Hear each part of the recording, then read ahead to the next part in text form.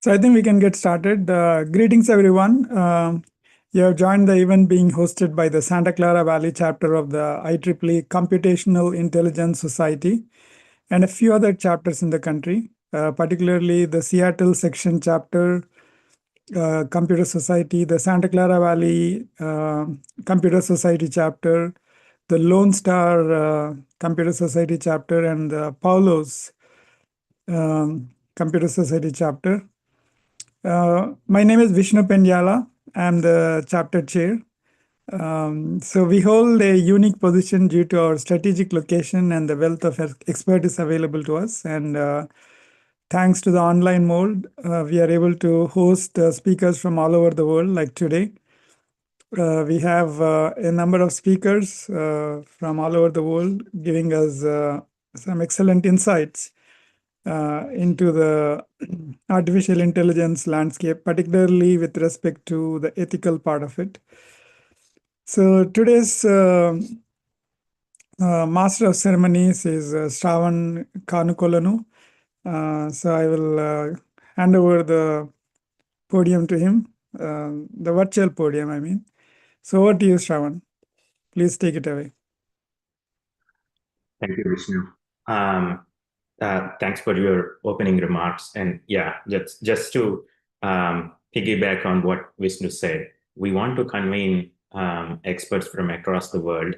And since this is one of the emerging topics in today's industry, especially when we are talking about topics like explainability, interpretability, human AI interaction, and ethics in AI, we want to gather experts from across the world and have a symposium where the ideas and the topics of interest for you and the research is shared across. So given the strategic location of our chapter, there are people from across different companies and also different academic institutions that are closely located to us will be able to gain the knowledge and information from your talks. With that short note, I think we can get started with our presentations. So first on the list is Dr. Krishna Pelupla from IIT Madras. Krishna, you can take over the screen and start your presentation for us.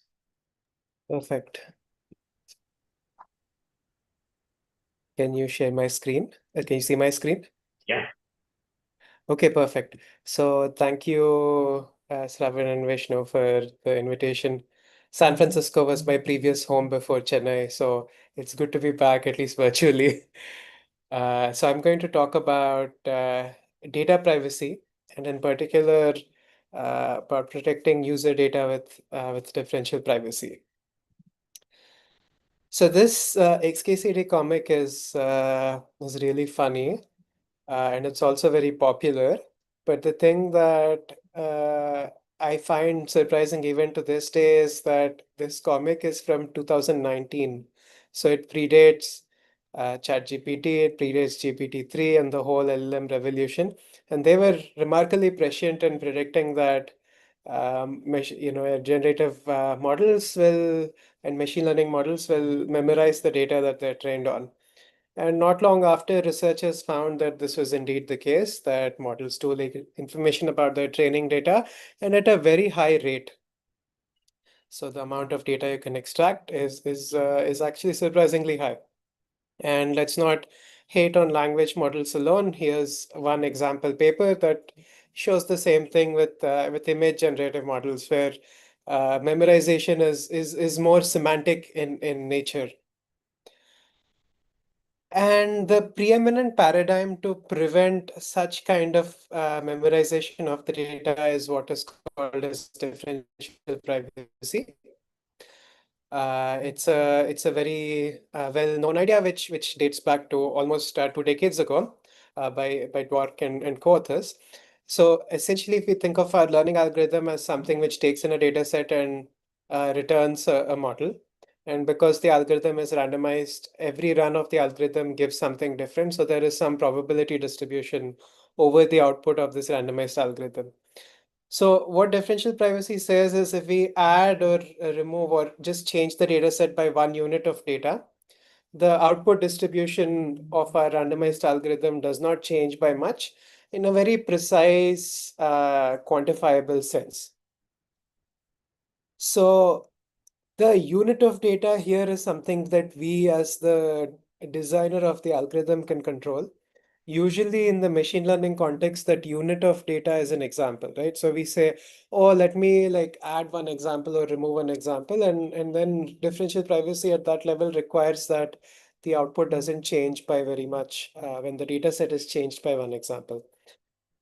And going back to this memorization setting, so there's a parameter epsilon, which, as you vary it, go from small to high, we go from the high privacy regime to the low privacy regime. Essentially, you should think of epsilon as some privacy budget, right? So the larger it is, that means, more potential information is getting leaked.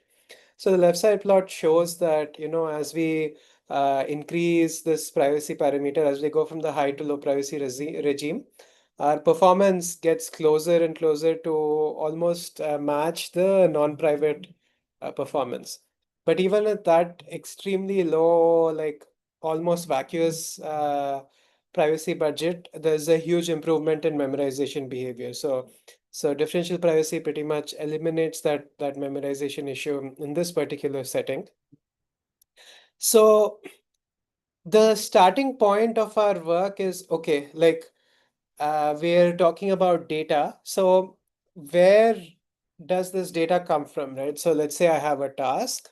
I, I care about, I have a model and I wanted to do well on a certain task.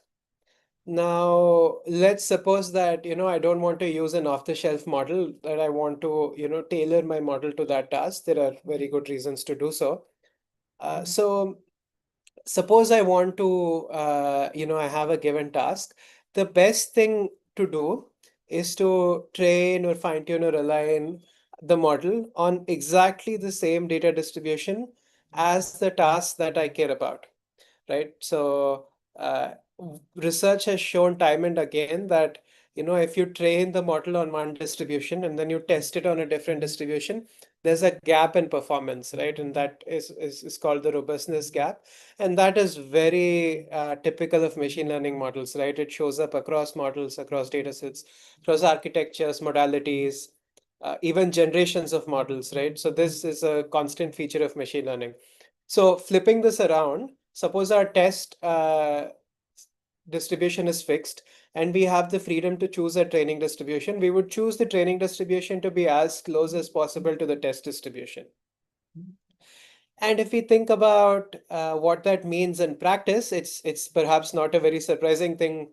The best training data is the in-domain data, right? Like whatever in-domain use case we have, that is exactly the data we want to train on.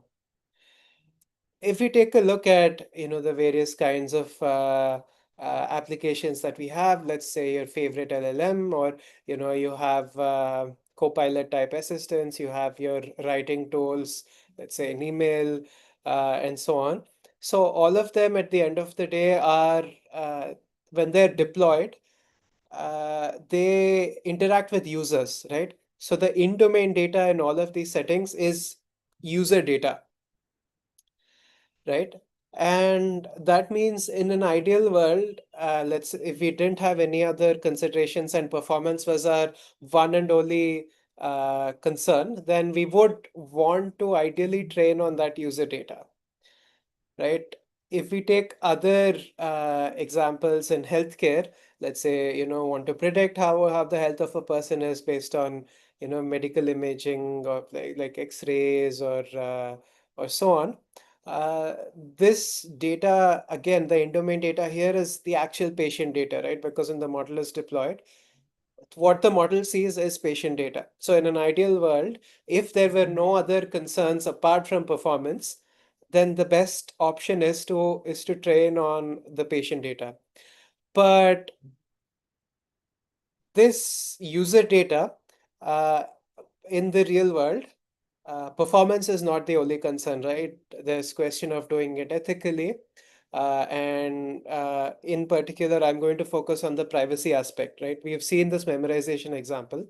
So if we use data without being very careful, the model might actually memorize what was in the data, which is bad. Like, of course, that's, if someone's HIV status is getting leaked, that's ethically wrong, right? So the what we are going to look at is how do we think about the privacy of data that comes from a user, and one aspect of that which is central to the design today is each quote unquote user can contribute multiple examples to training, each of which may reflect their data's characteristics, right? So we want to protect all the possibly correlated data that can come from one user.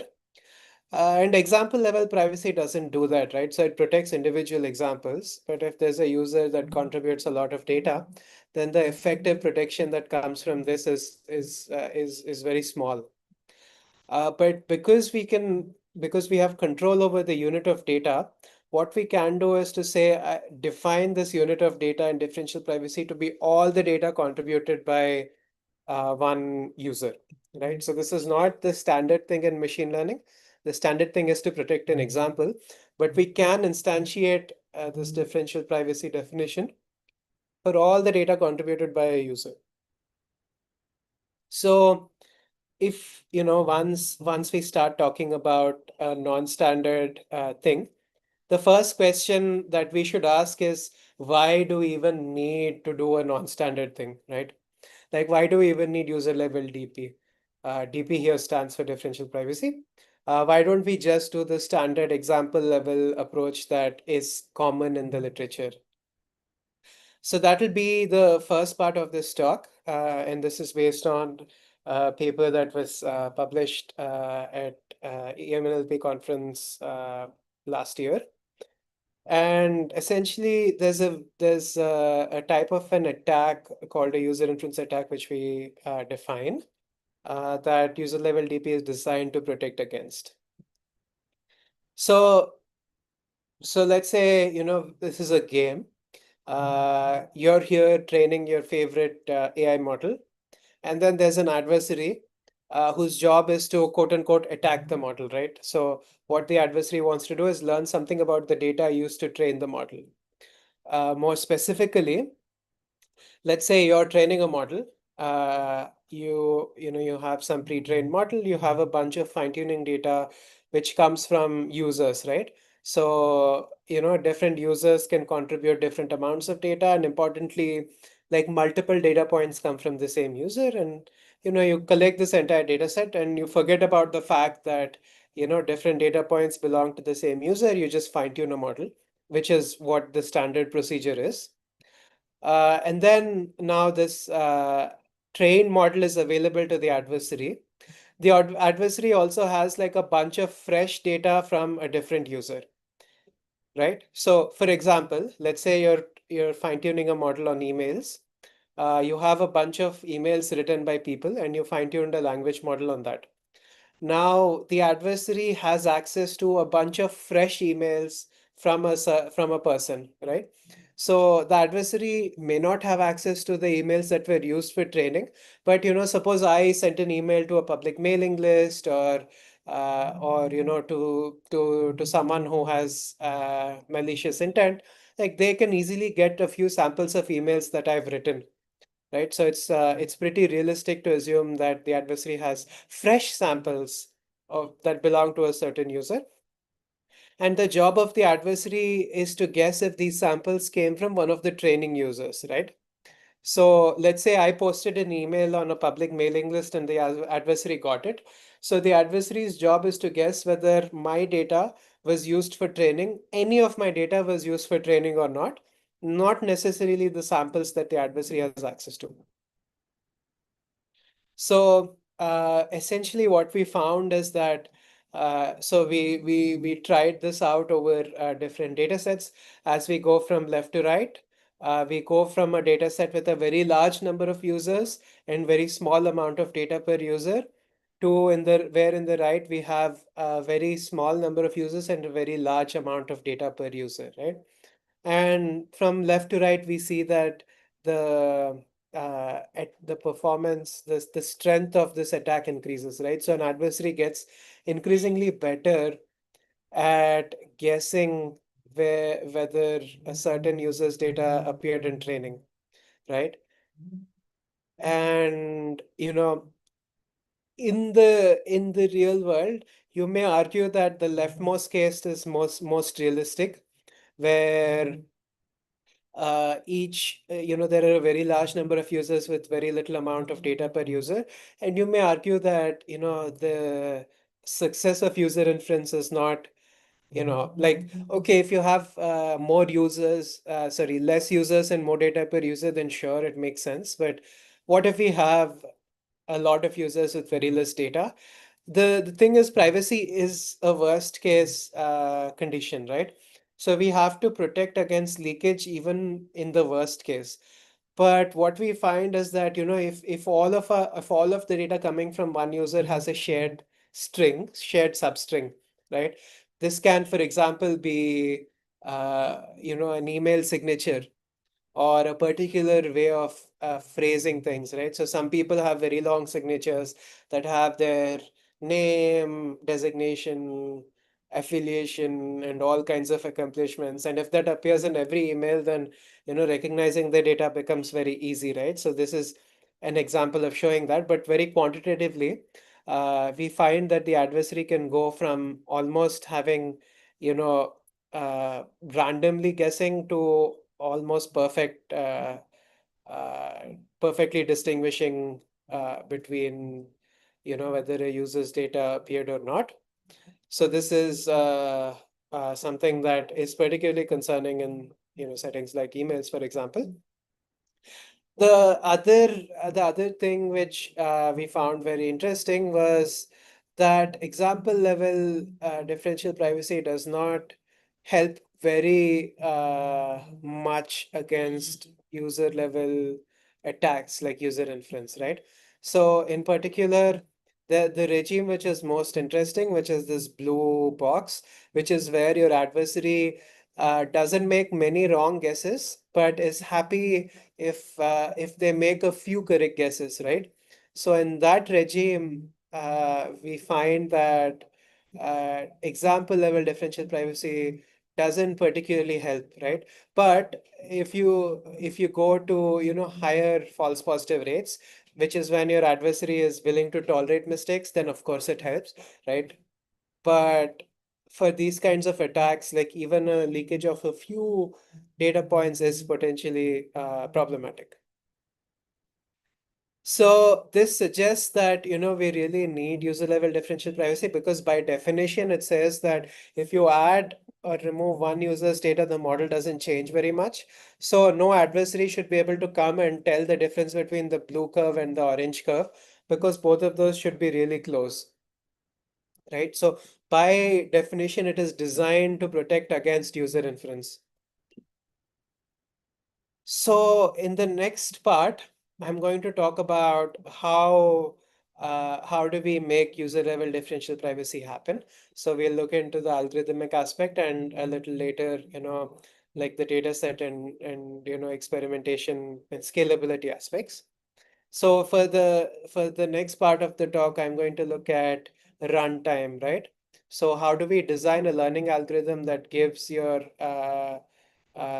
required differential privacy guarantee in a way that is both computationally efficient and gets small error.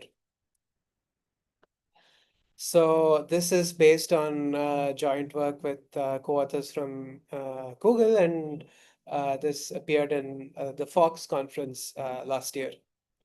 So essentially, if we just take example level differential privacy, what's the standard way we get that? So we take our usual stochastic gradient algorithm and we make two changes to that, right? The first change is that our gradients are clipped, right? So the gradient of one example is clipped to unit L2 norm, and then average to get the mini batch gradient estimate, right? So that gradient clipping step is extra, over regular stochastic gradient descent.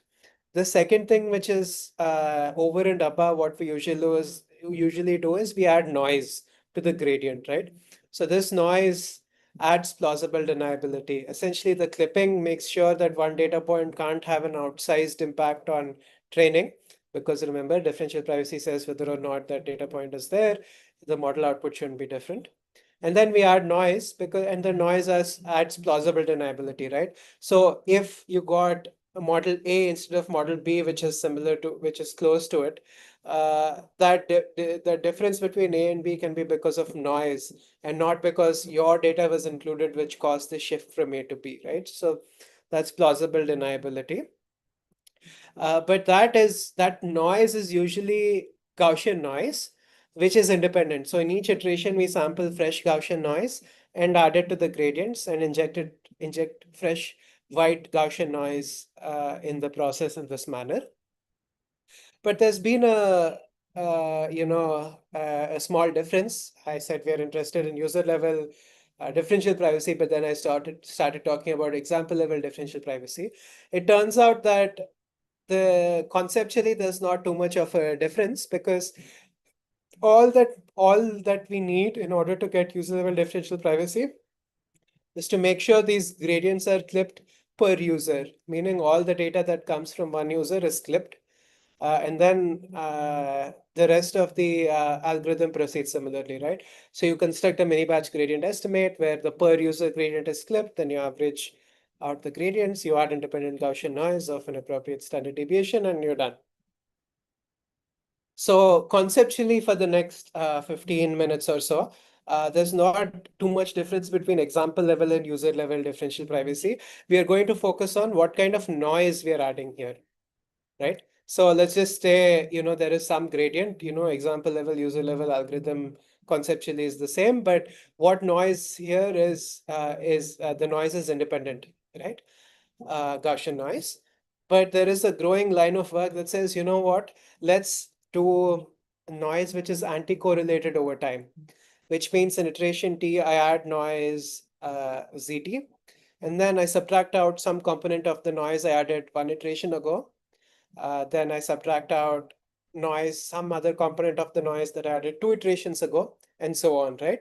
So the same ZTs are used in each iteration, right? There's a new one that appears each time, but the old ones are also used. So the noise over time becomes correlated, in particular, negatively correlated. So this algorithm, the correlated noise one, the purple line, turns out to be much better than using independent noise for training, which is the blue line, right? So if you go from the high privacy to the low privacy regime on the x-axis, we see that the purple line is uniformly above the blue line, right? So this correlated noise Pareto dominates independent noise. And so, in fact, Google also used this algorithm for the first production neural network that was trained directly on user data and announced with a formal differential privacy guarantee, right? So it's also had significant industry impact, this particular algorithm of using correlated noise. So one aspect here is, where do these noise coefficients come from? So it turns out that, we try to find those noise coefficients such that the noisy trajectory is as close as possible uniformly to the noiseless trajectory, right? And that is a surrogate objective that we minimize in order to find these noise coefficients. So this surrogate objective doesn't depend on our data at all, right? So it doesn't depend on the learning problem at all. It just depends on, how many steps you're running your learning algorithm for. And that's all that matters for this surrogate. So in some sense, you can, if you can find the surrogate without, again, and you can optimize the noise coefficients without leaking any information about your data. So that's nice. So this surrogate objective is the object of interest here. It's called the max error, right? So how uniformly close is the trajectory to the noiseless one? So it turns out that we can actually find the noise coefficients that give the optimal max error, right? So we want to find the noise coefficients that have the best possible max error, and there is a closed form to find them, right? So it turns out that if you take these noise coefficients, these beta t's, scaling as t power minus 3 by 2, that gives you the best possible, and this is called the Toeplitz, or let's call it the Toeplitz mechanism. And it gives the worst case max error of something scaling like log n, right? But if you think about what happens with independent noise, which is what the usual approach uses, this max error scales as square root of n, right? So it's like a random walk. If you take a random walk, at each time you flip +1 or -1 uniformly at random, and then you take the cumulative sum. That random walk scales as root n. So that's why for independent noise you get a root n dependence, where n here is the number of steps, right? So using correlated noise gives you an exponential improvement over independent noise in terms of this max error. But the challenge is running time, because in each iteration you have to sum over all previous noises. So you have a time complexity of order t in iteration t, which means you have an overall quadratic time complexity, right? So if you look at what we have so far, independent noise has a bad max error, but a good time complexity. The optimal approach has a good max error, but a bad time complexity. And the question is, can we do better on both, right? So a natural approach one can try is to say, you know what, let me just keep a finite number of non-zeros in this sum, right? Let me not sum over all previous noises. Let me just sum over some number of them, right? Some number b of the previous noises, right? So essentially our correlated noise becomes like a sliding window. And that's well and good in terms of complexity. In each iteration, you're just adding over b previous noises. But it turns out that the max error, to get any sort of meaningful improvement, you really need b to be order n. Otherwise, you don't get the logarithmic dependence, right? So while this is a good idea, unfortunately, the max error doesn't quite work out in this case. So our approach was to do something different. So the starting point is to take an exponentially decaying sequence, right? So let's say your noise coefficients are exponentially decaying. In that case, you can compute the correlated noise using a recursive formula, right? So you take your previous noise, just multiply it by the factor lambda, which is your exponential decay, and add your new noise, you're done, right? So this is exactly how momentum is used in stochastic gradient optimization. It is an exponentially decaying sum, which you can compute in an online manner on the fly using a recursion, right? So this is very efficient. Now, what if you have, instead of one exponentially decaying term, you have a sum of two exponentially decaying terms? So in that case, what you can do is, think of it as having two separate noise sequences. The noise is, of course, linear in the coefficients in terms of these betas, right? So you can have one noise sequence in terms of the blue noise coefficients and one in terms of the orange. So you can recursively compute each one, and then you can just sum them both up later, right? So that way you can still compute sum of two exponentially decaying sequences efficiently, but you need extra space, right? You need to maintain two recursions now. So you're using extra space. So our idea is a generalization of this. We'll approximate the optimal noise coefficients with the sum of d exponentially decaying terms. And then by analogy to the previous case, this can be computed in time and space complexity, which scales with this number d of exponential terms, right? D, we are going to refer to it as the degree for reasons that will become clear in a few minutes.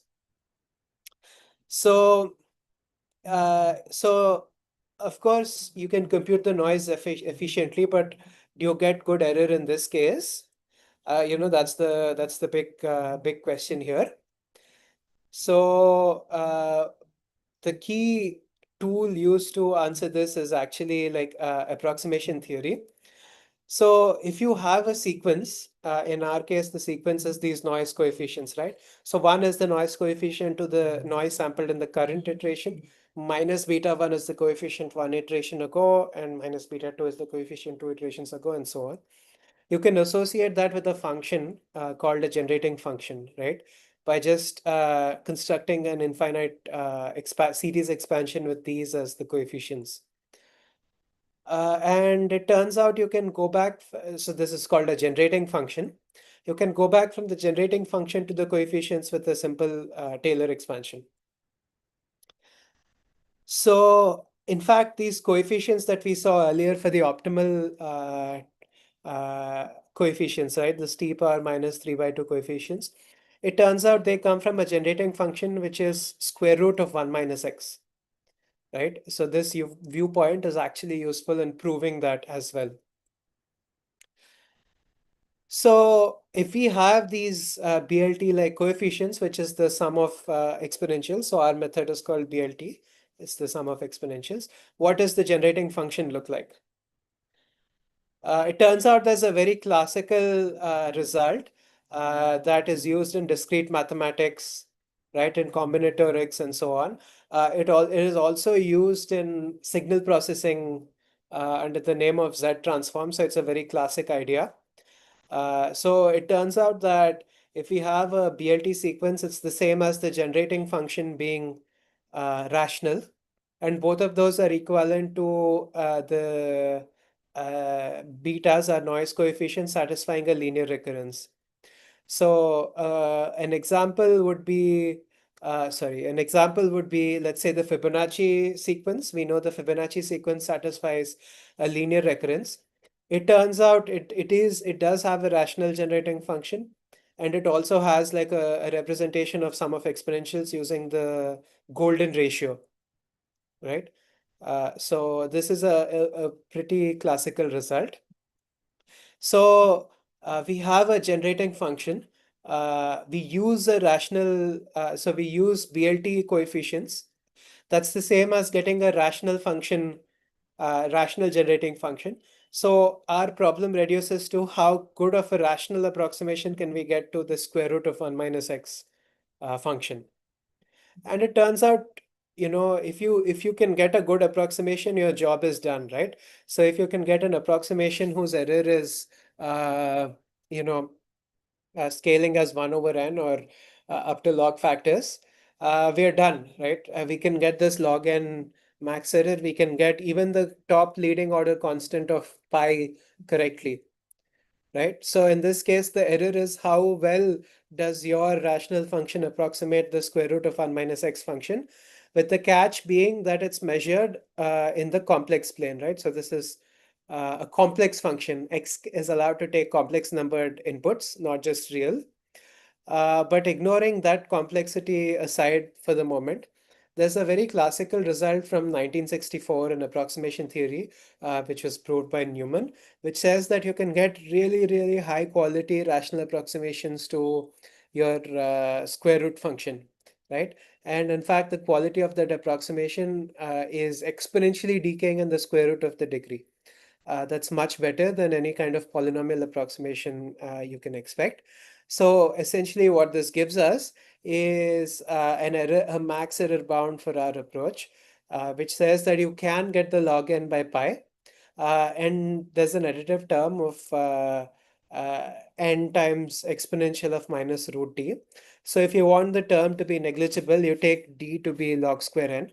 And what happens is you get a time and space complexity of log square n while getting the best possible max error, right? So we have achieved the best of both worlds. So we've achieved the optimal max error up to additive constants, and our noise generation is now polylogarithmic, right? It's not linear, it's not quadratic. I mean, we want it to be linear, it's not linear, but we get a log square overhead on top of the linear cost. So the key difference between the bandit setting and our case is that, we are using rational approximation instead of polynomial approximation. And the rational approximations are in fact like much better, right? There is a rational approximation called a Pardee approximation, which is also like fairly popular and is another classical way of doing this. So essentially what we find is, if you take this banded case, if the number of bands become very small, you get like a poor approximation to the noise coefficients. You can see this orange line, it's all over the place, right? It's not a particularly good approximation. But if you to the blue line, which is what we want.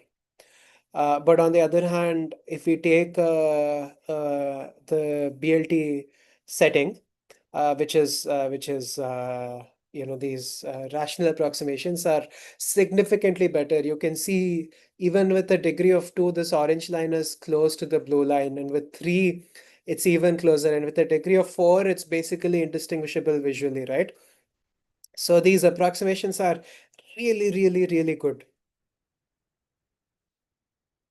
So even empirically, we found that, like this BLT, which is this orange line, almost perfectly matches uh, these squares, right? These science squares. That's the optimal Toeplitz mechanism, and we can match that.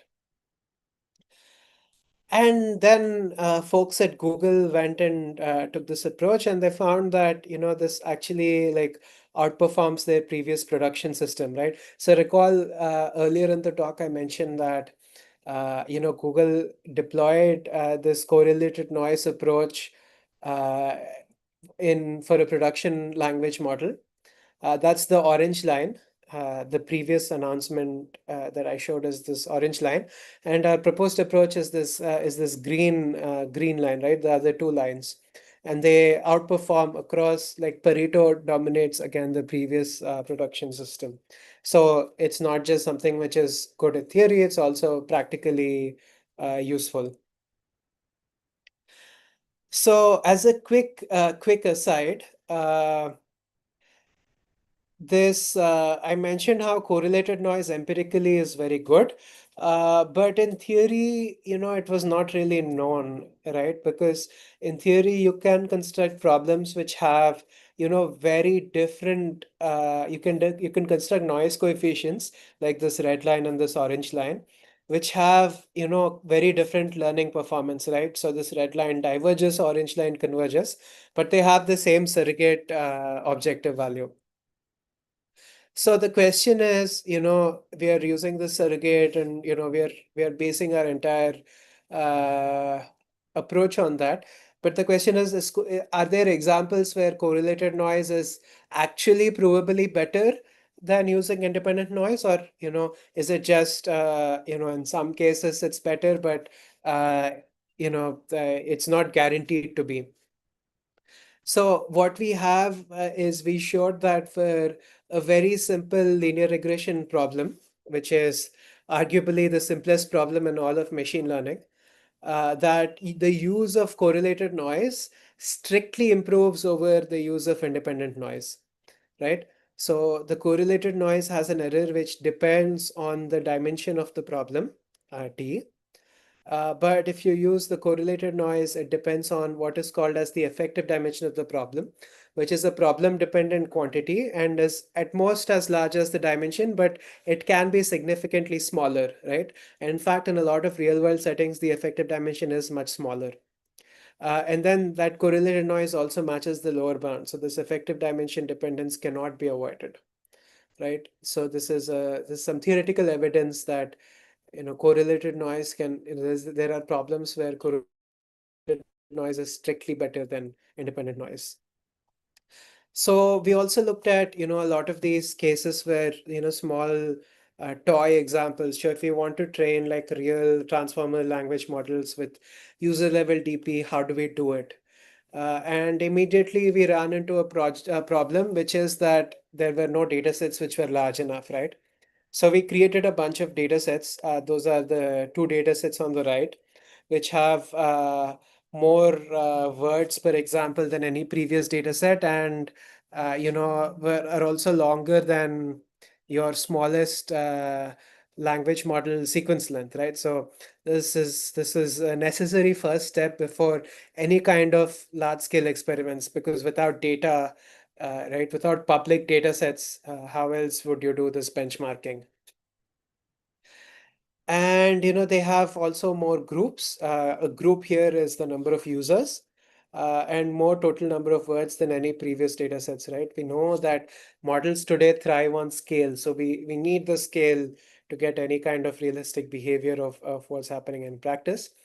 And then we also looked at what are some different ways in which we might want to scale up these user level differential privacy algorithms to LLMs, right? How do you want to sample data from users?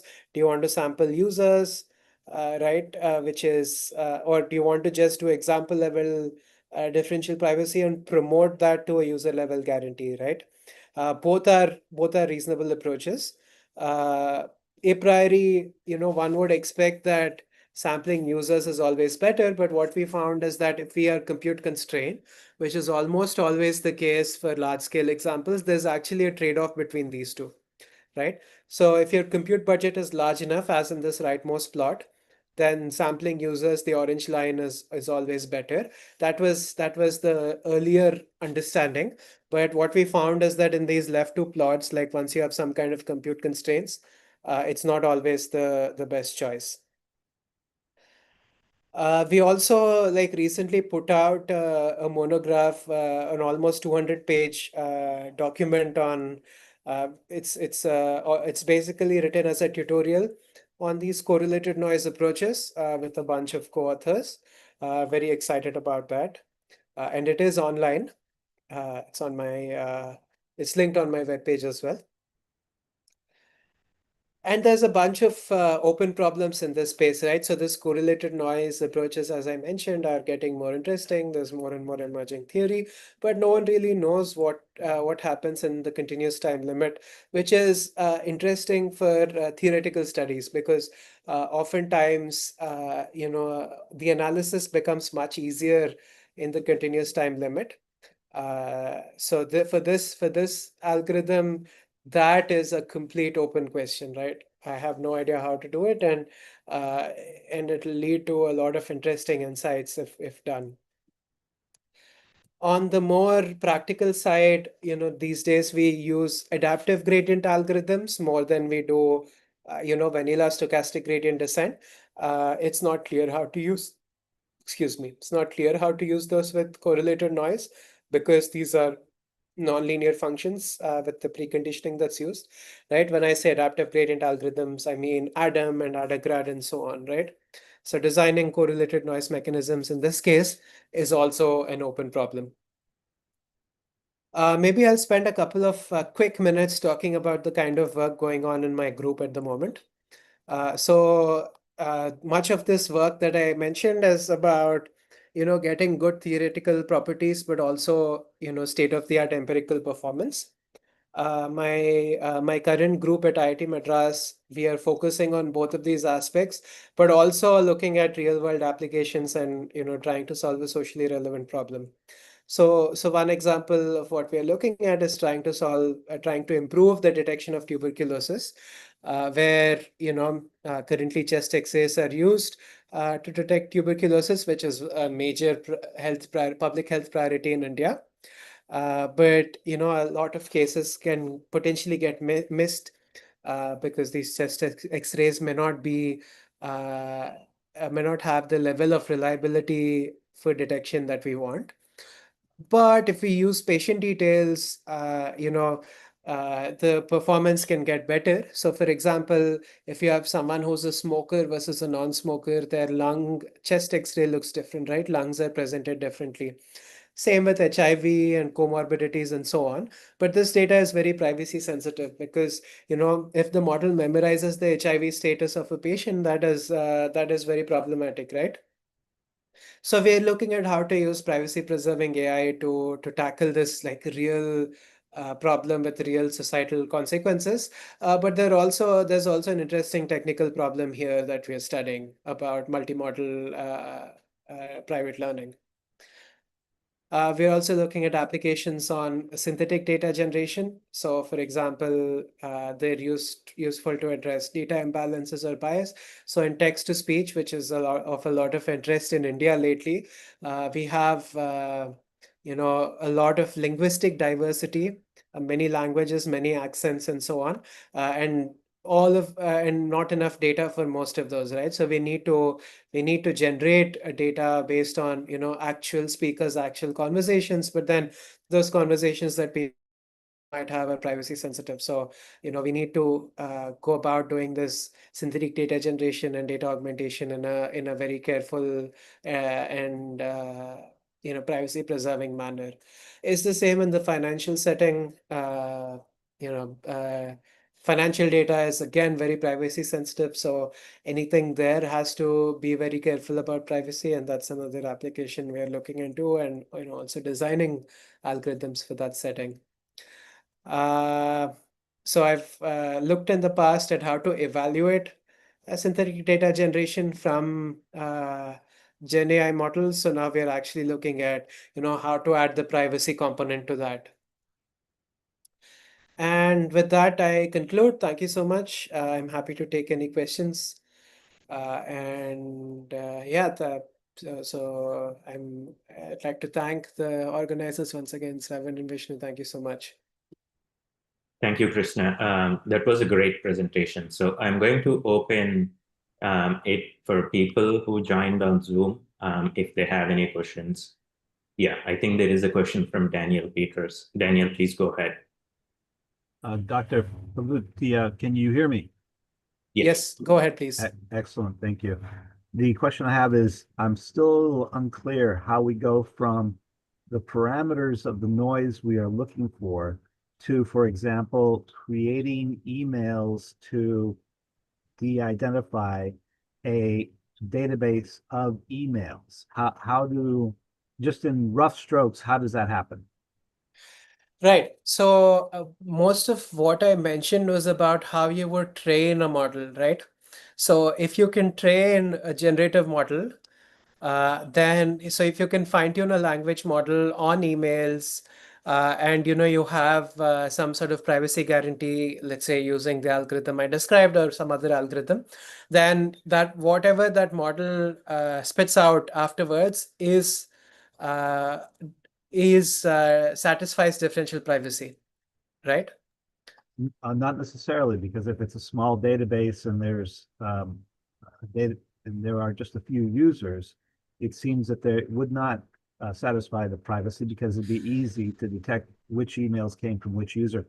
So the question, again, just to get us focused on the question, is how do I generate automatically the noise emails? I'm still not clear how I would generate a real email that is actually noise.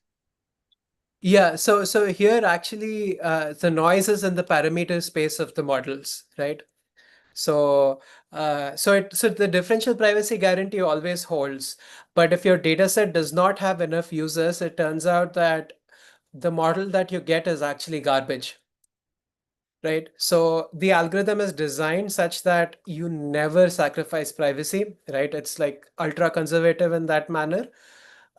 So if you don't have enough data or if you don't have enough users, the privacy guarantee still holds. It's just that the model is not going to be very useful, right? Which is why I want the extra noise information to flesh out the model. Maybe I'm asking an impossible question, which is, how do I generate emails that I can use to fill out a database 100 times my original data size with noise? Yeah, so there are some fundamental limits, right? Like if you have a very small number of emails, you can't get a very large number of emails that depend on these small number of emails, but don't leak any information about them, right? So you have to have, right? Does that make sense? So if Yes, you it have does. a Thank large you. data set which is secret, and you want to release a smaller data set out to others, such that they don't learn anything about the individual data points, but at a statistical level it's similar, that can be done, right? And in fact, I didn't present it, but we have a recent approach today recent approach, a few months ago, which can do that at a significantly improved computation cost compared to prior methods. But if you have, let's say, 100 emails and you want a data set of 10,000, that won't happen, right? That's like a fundamental impossibility. But if you have a data set of 10,000 emails and you want to publicly release, an artificial synthetic data set of 1,000, which does not reveal any information about your real emails but looks similar, you can absolutely do that, and our recent method will achieve that. Thank you very much. All right. I have a couple of questions coming from the YouTube forum of people for you, Vishnu. So the first one is, how does your approach handle scenarios when an individual's data appears across multiple but unconnected data sets within an organization? So that's an interesting question. Now, do you so it's a practical, it's a very important practical question, and some of my friends in industry have run into similar issues, right?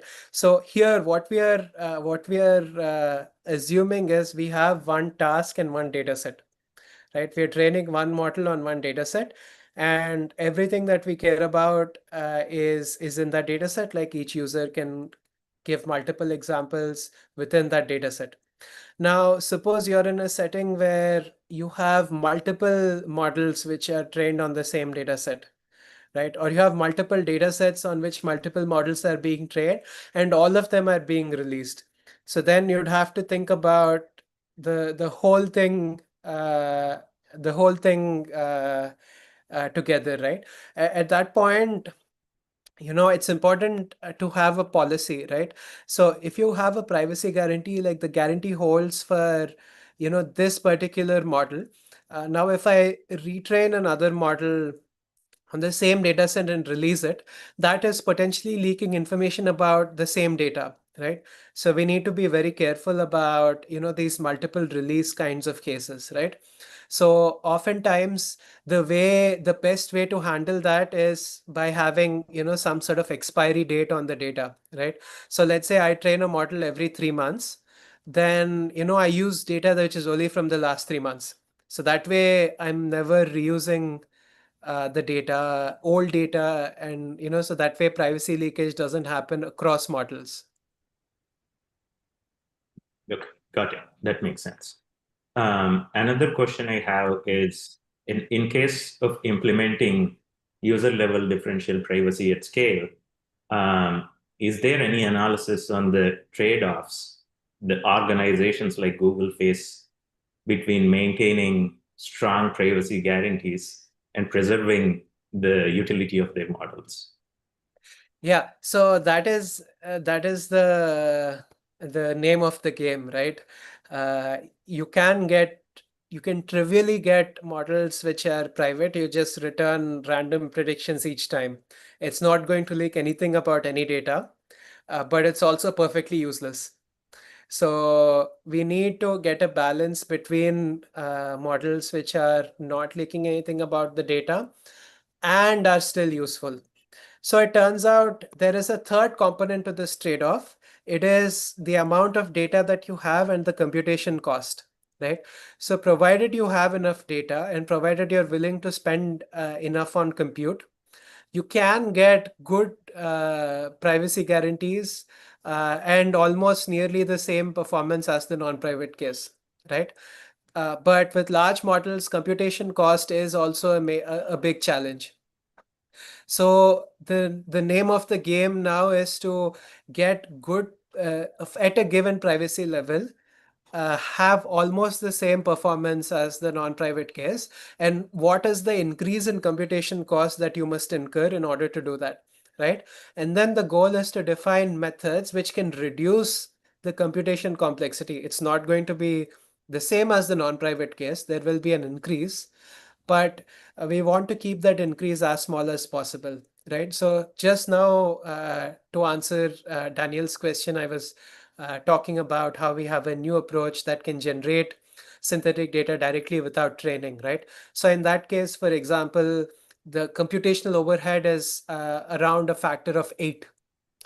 As opposed to around 1,000 or so, which was in previous work. In the model training scenario, we are around a factor of 10, right? As a rule of thumb. So if you have a setting where you can spend 10 times the computation cost for training, then you're set, right? But if you're just doing inference, 10 times the cost for inference is potentially more doable in, or maybe 5 times the cost for inference is potentially more doable if you're selectively doing it in like very sensitive scenarios, right? Not all the time. Yeah, that makes sense. And those are the two questions I have from the other forum. If there are no other questions from the participants here, I think we can move to the next presentation. And thank you so much. This is a really informative session. Thank you so much. It's my pleasure.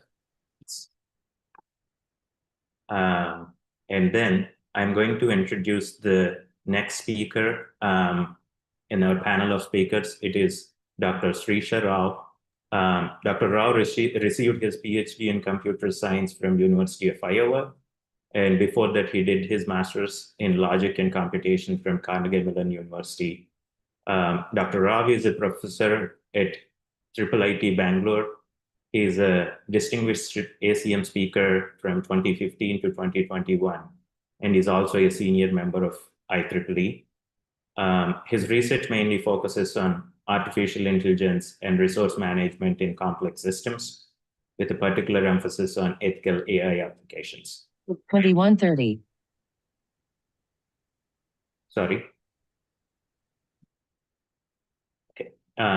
So Dr. Rao is going to give this presentation along with his student, TV Priya. Dr. Rao, please take it over. Thank you, Shravan and colleagues. Actually, it'll be Priya talking about her work, which she has done partly with me. I will just introduce the topic very briefly and hand it off to Priya. And so the point here is that ethics is a big concern. We all know that. There are big problems with ethics right now. There are big problems with ethics in general, but certainly ethics in AI is a big problem because we have a lot of automation and AI is being used everywhere. And we are not always seeing the results we want with AI. And that is not always just a question of functionality. It's also a question of the way that AI performs in terms of the ethics. And AI, as we know, also tends to inherit a lot of bad behavior from the bad data that is used to train it.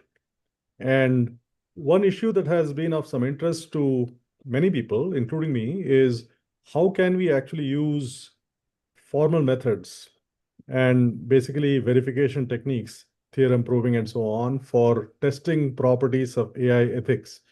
And so my student and friend Priya has been working on this topic for the last few years, and she's going to introduce some of the work that she's done in this context. So as we all know, verification works by stating a property that you want to check mathematically. There has to be a mathematical framework that allows you to do this. And then you prove that the property holds or does not hold in the system. So we already have software verification, hardware verification, and things like that. And so here, what Priya has tried to do is use the same ideas for verification of fairness and similar properties in AI systems, AI models. And these are currently some of the smaller models, not necessarily the large LLMs that are more in the rage today, but the same concept with some more work can be extended. Anyway, without further ado, I'll hand it off to Priya. Go ahead, Priya, take over. Yeah, thank you. Hello, everyone. So today's topic of presentation will be on towards logical approach for AI ethics, a very much needed presentation now. And the goal of the presentation will be to give an idea on how we can bridge the gap between the theoretical framework with the practical application into AI system. So going into the presentation roadmap, we start with a very basic introduction on ethics in AI, the motivation behind it, and then a very shallow dive into normative theories like the possibility of using deontology, utilitarianism, and virtue ethics for formalizing ethics into AI system. And then to give the answer to the question, like how can we bridge the gap between the theories with the practical application of AI, we can use different types of logic. So in this presentation, we're going to deal with temporal deontic logic for doing that. So we show that how temporal deontic logic can be used to formalize axioms for general AI system, and focus on fairness and explainability dimensions also. A shallow dive, and then we present case studies on real AI system in capturing the properties, temporal deontic properties of it, and verifying whether the properties are satisfied by the data distribution by the model, and then we summarize our work. So going into introduction on what is AI ethics, like start with a famous quote by Stephen Hawking that as computers are going to take humans over past years, then we are actually going to make sure that we should make sure that our goals and the computer goals are aligned together. And we know that ethics is the set of guidelines and principles that AI system should ideally be following in order to be like fair and transparent and accountable and privacy preserving factors to you human beings. So when we say about privacy, the system should never be concentrating on sensitive features or attributes, rather than it should be focusing on the ideal features and parameters for giving the prediction.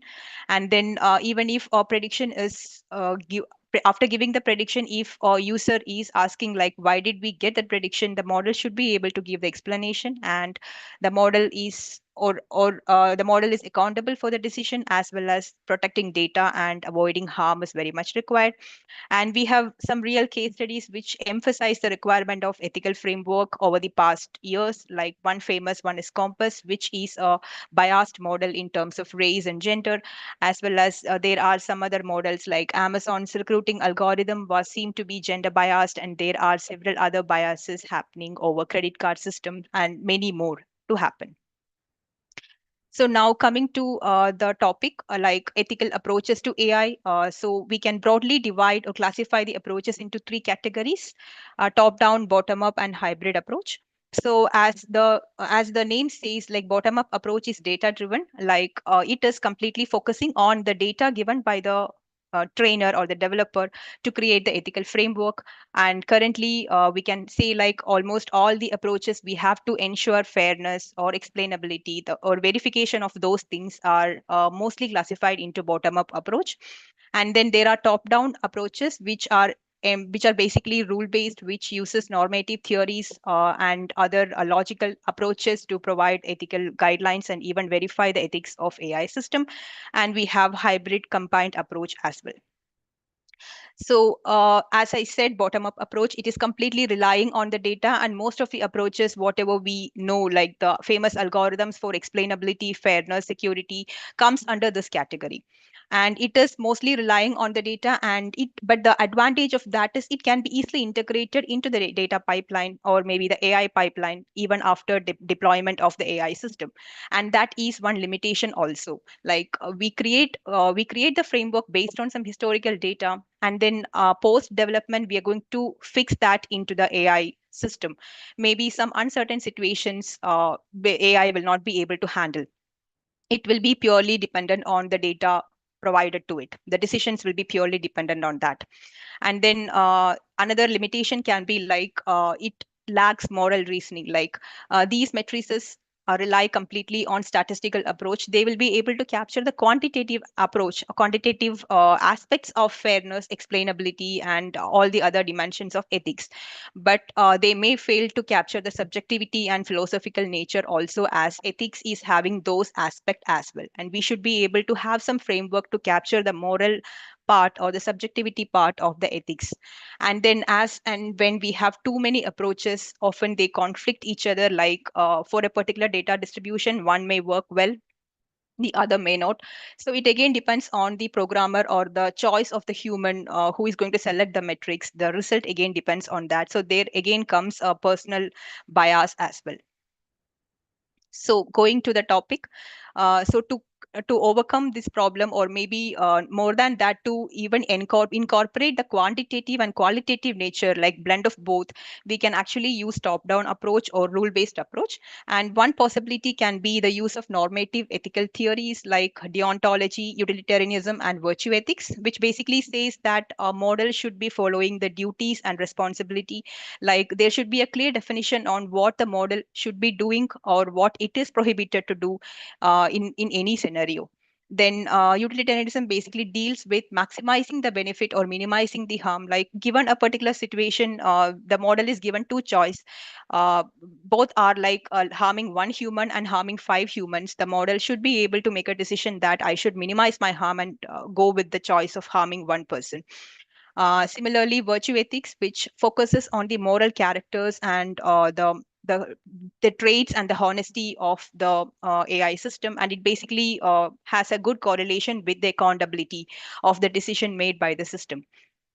So the strength of the top-down approach can be called as like it's not completely relying on the training data set itself. It is having a blend of both. So that biases will never be captured completely. And then as we know that all these normative theories to encode it into AI system, we may require the help of mathematical logic. And we all know that logic is inherently transparent. So using this, we will end up creating AI system which are inherently explainable as well. So coming into the topic, like how the practical gap between the theory and the practical AI system can be done. So we can actually use the help of temporal deontic logic, which is a flavor of first order logic, having the operators like deontic operators and temporal operators. So we have the set of deontic operators like obligation, permission, and forbidden or prohibition, which basically says what duty and principles the moral should be ideally following. And then we have temporal operators also, like always, eventually, next, and until, to name a few, which gives the temporal dimension to the decision. So combining these two operators, we will be able to create some rules, like always the model is obligated to perform a particular action. So we'll be having the freedom to define the duty of the model in the time dimension, and that is very much required for an AI system, as we know that AI will evolve over time, and it evolves with the data distribution and the parameter optimization. So coming into the deep dive into the syntax and semantics of the TDL, which we have used in this work, definition 1 deals with the syntax of the temporal deontic logic, which basically says that given a set of propositions, the temporal deontic logic can have the definitions like it can take the negation of the proposition, or maybe conjunction and disjunction, or proposition 1 given proposition 2, obligation, permission, or forbidden, always, eventually, until, and for all the values the proposition holds true, and there exist some values where the proposition holds true. So using this, we will be able to define the duties and the temporal aspect of the AI system. Now, to give idea on the semantics, how these operators ideally work in the real set of states, or maybe real set of worlds, a model in the temporal deontic logic can be called as a tuple, with S being the set of states, and we have two relations, RT denoting the temporal relation and RO denoting the deontic relation, and D the domain of individuals interacting in the system, and I is the interpretation function. So just to give an understanding on how the semantics work, we have a set of examples here. Consider the case where we have a model M and we are at a particular state S with an assignment sigma. And if this proposition is holding true in this particular state S, then both the propositions should be holding true at that particular state S. The other case, the opposite case, is with the second example where either of one can hold true at the state S. And similarly, when we have a proposition, like when we have a condition like it is always the proposition should hold true, then we can say that for all the states, future state of the state S, from now onwards, the proposition should be holding true throughout the end of the life cycle. So likewise, we will be able to even formalize all the other properties or operators of temporal deontic logic, which basically gives us the freedom to define the ethics, or maybe the facts about an ethical AI system over time and with the obligation of duties. Now, coming into how we can use this to formalize the ethical axioms of an AI system. So we all generally know that AI system can be ethical if it is following the ethical action, and if the model is not performing any unethical or forbidden actions, and if the model is following the guidelines given by the organization. Like, there are various frameworks and guidelines given by government and non-government organization. So the model should ideally be following all these situations. At any point of time, the action performed by the model should be ethical.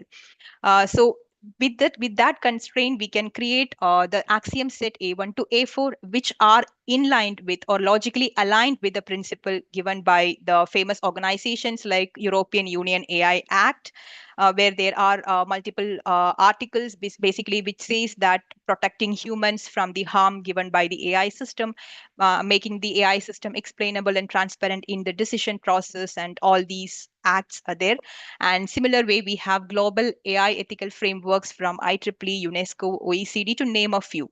So these axiom set, which we have formalized using temporal deontic logic, are in line with the guidelines and principles given by them. So just to give an introduction on how the axioms and the ethical guidelines, just to give an example on how the axioms and the ethical guidelines map each other. So this is a very example subset I have taken.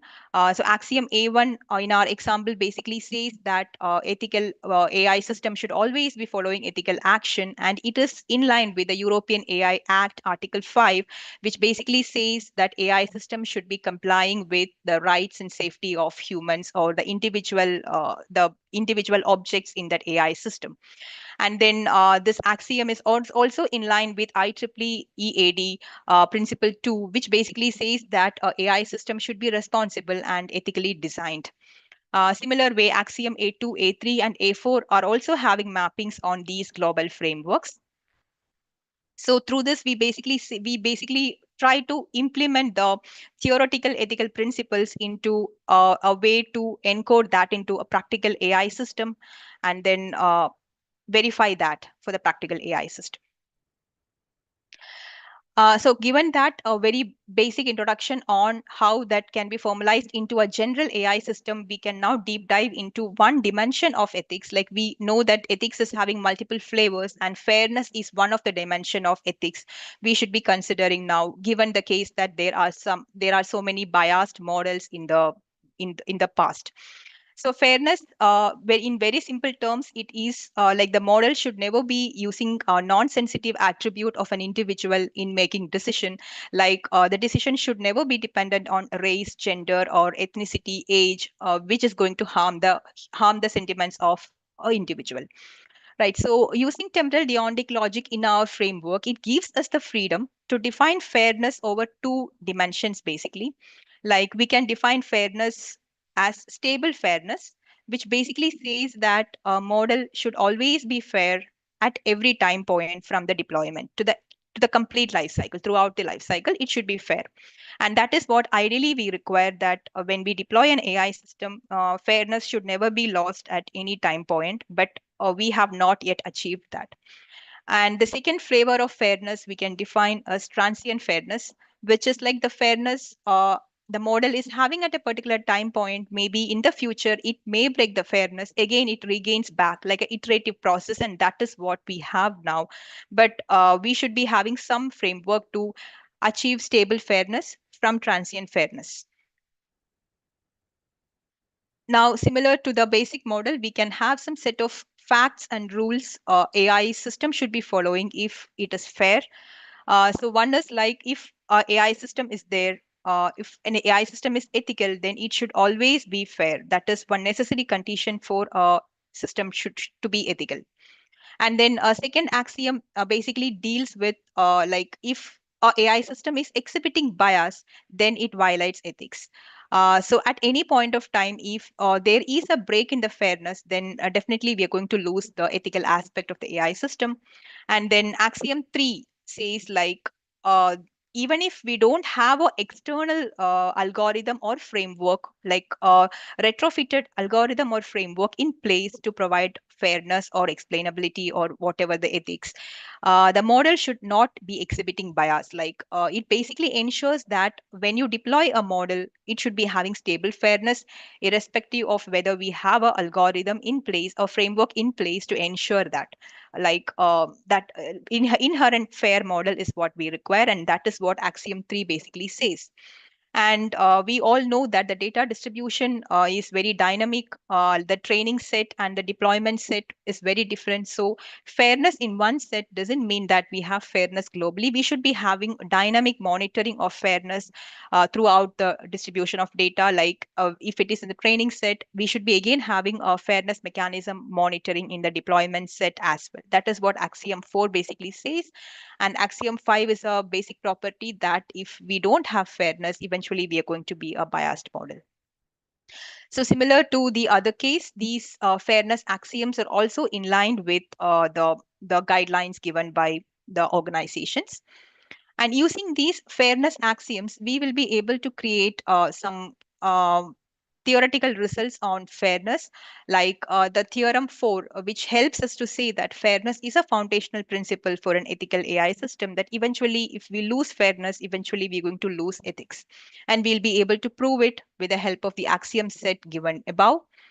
And then theorem 5 ideally says the continuous monitoring, the requirement of continuous monitoring to ensure that stable fairness is there, like in an iterative learning environment where data and the model parameters keep on changing, we should be having the fairness mechanisms always in the training and deployment set individually, and we should be monitoring. Continuous monitoring is very much required to ensure stable fairness.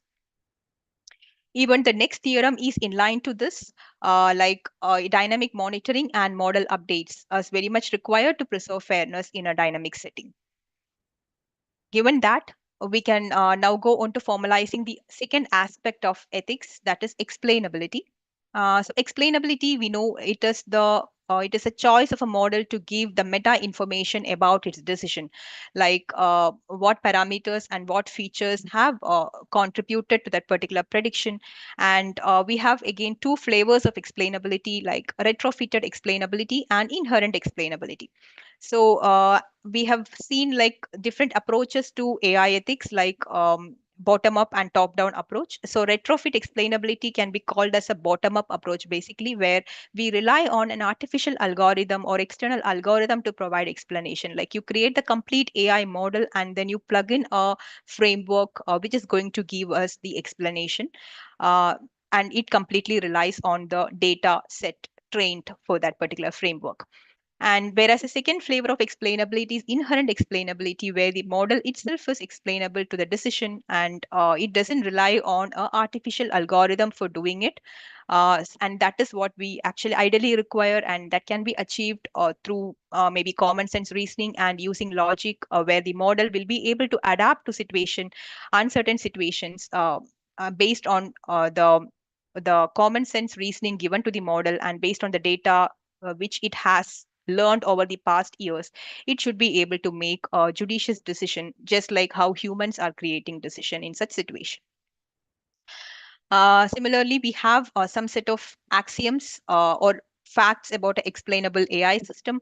Like axiom E1 says that if we have a AI system, if we need an AI system to be ethical, then transparency or explainability is the sufficient condition for that system to be ethical. And then axiom 2 deals with counterfactual fairness, and which is basically like we don't have the training distribution itself is biased, the original data is biased.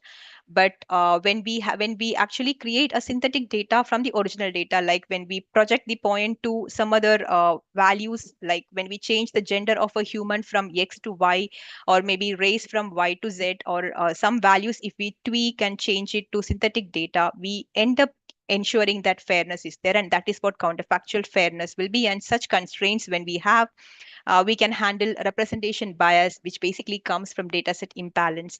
And finally, we can ensure being a ethical model.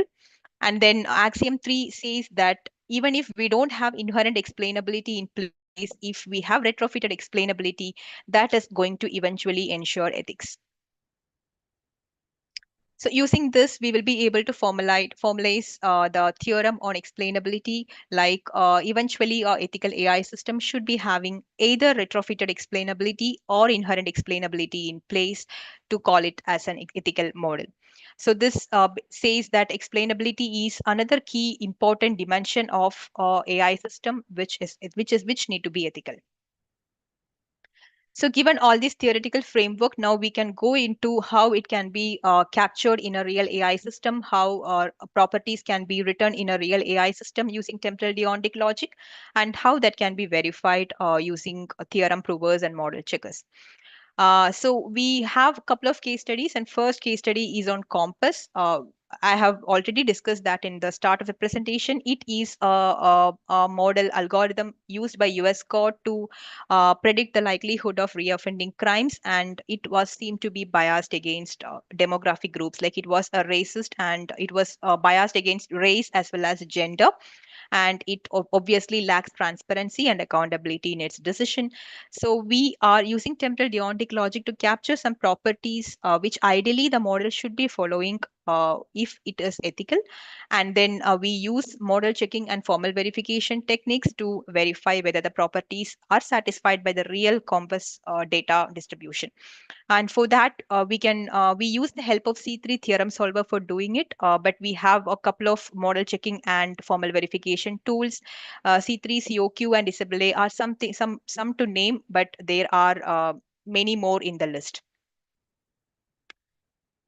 So this basically says, like, we have three properties we have formulated, which is going to ensure that we will be able to verify the ethics for Compass. Like property one is a necessary condition for fairness. It says that it is always obligatory for Compass to assess recidivism in individual based on non-sensitive features. So it is a temporal deontic property which the Compass should be following if it is a fair model, that at any point of time, the model should never be using protected attribute in making decision. And property two is also in line to the same way, but in a deeper dive into individual fairness, where it basically says that similar individuals or the individuals or users with similar values should be having similar outcomes. And property three says the requirement of necessary use of necessary attributes in making prediction, that the model should be only using the required attribute in making prediction. It should never be using the unwanted or maybe sensitive attributes in creating the decision. So these three properties we have encoded using temporal deontic logic for all the individuals. These properties should be ideally holding true if the model is ethical. And we can actually use the help of C3 theorem solver to verify whether these properties are satisfied by the real Compass dataset.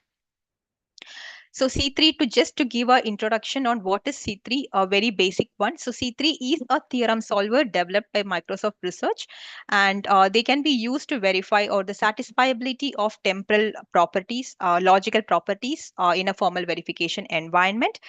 So in this case, we are encoding temporal deontic properties, and we can verify that using C3.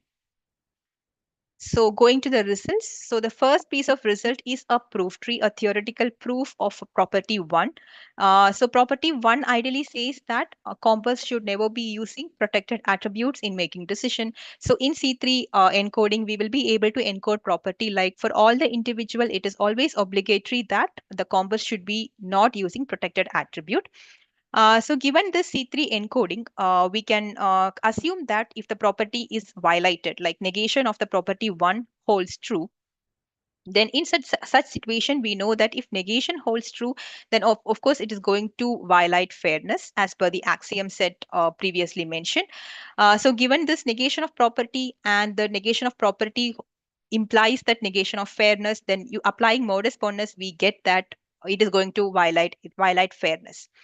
Now, as per theorem 4, which we have seen already, if fairness is violated, then definitely ethics is going to get violated. So given these two applying modus ponens, we can get like ethics is getting violated, right? So by the relation of by the relation, we can say that if negation of property one is holding true, then that means it is eventually going to violate ethics. So this property is a necessary or essential property for a system to be an ethical system. That means fairness should never be broken by an ethical system.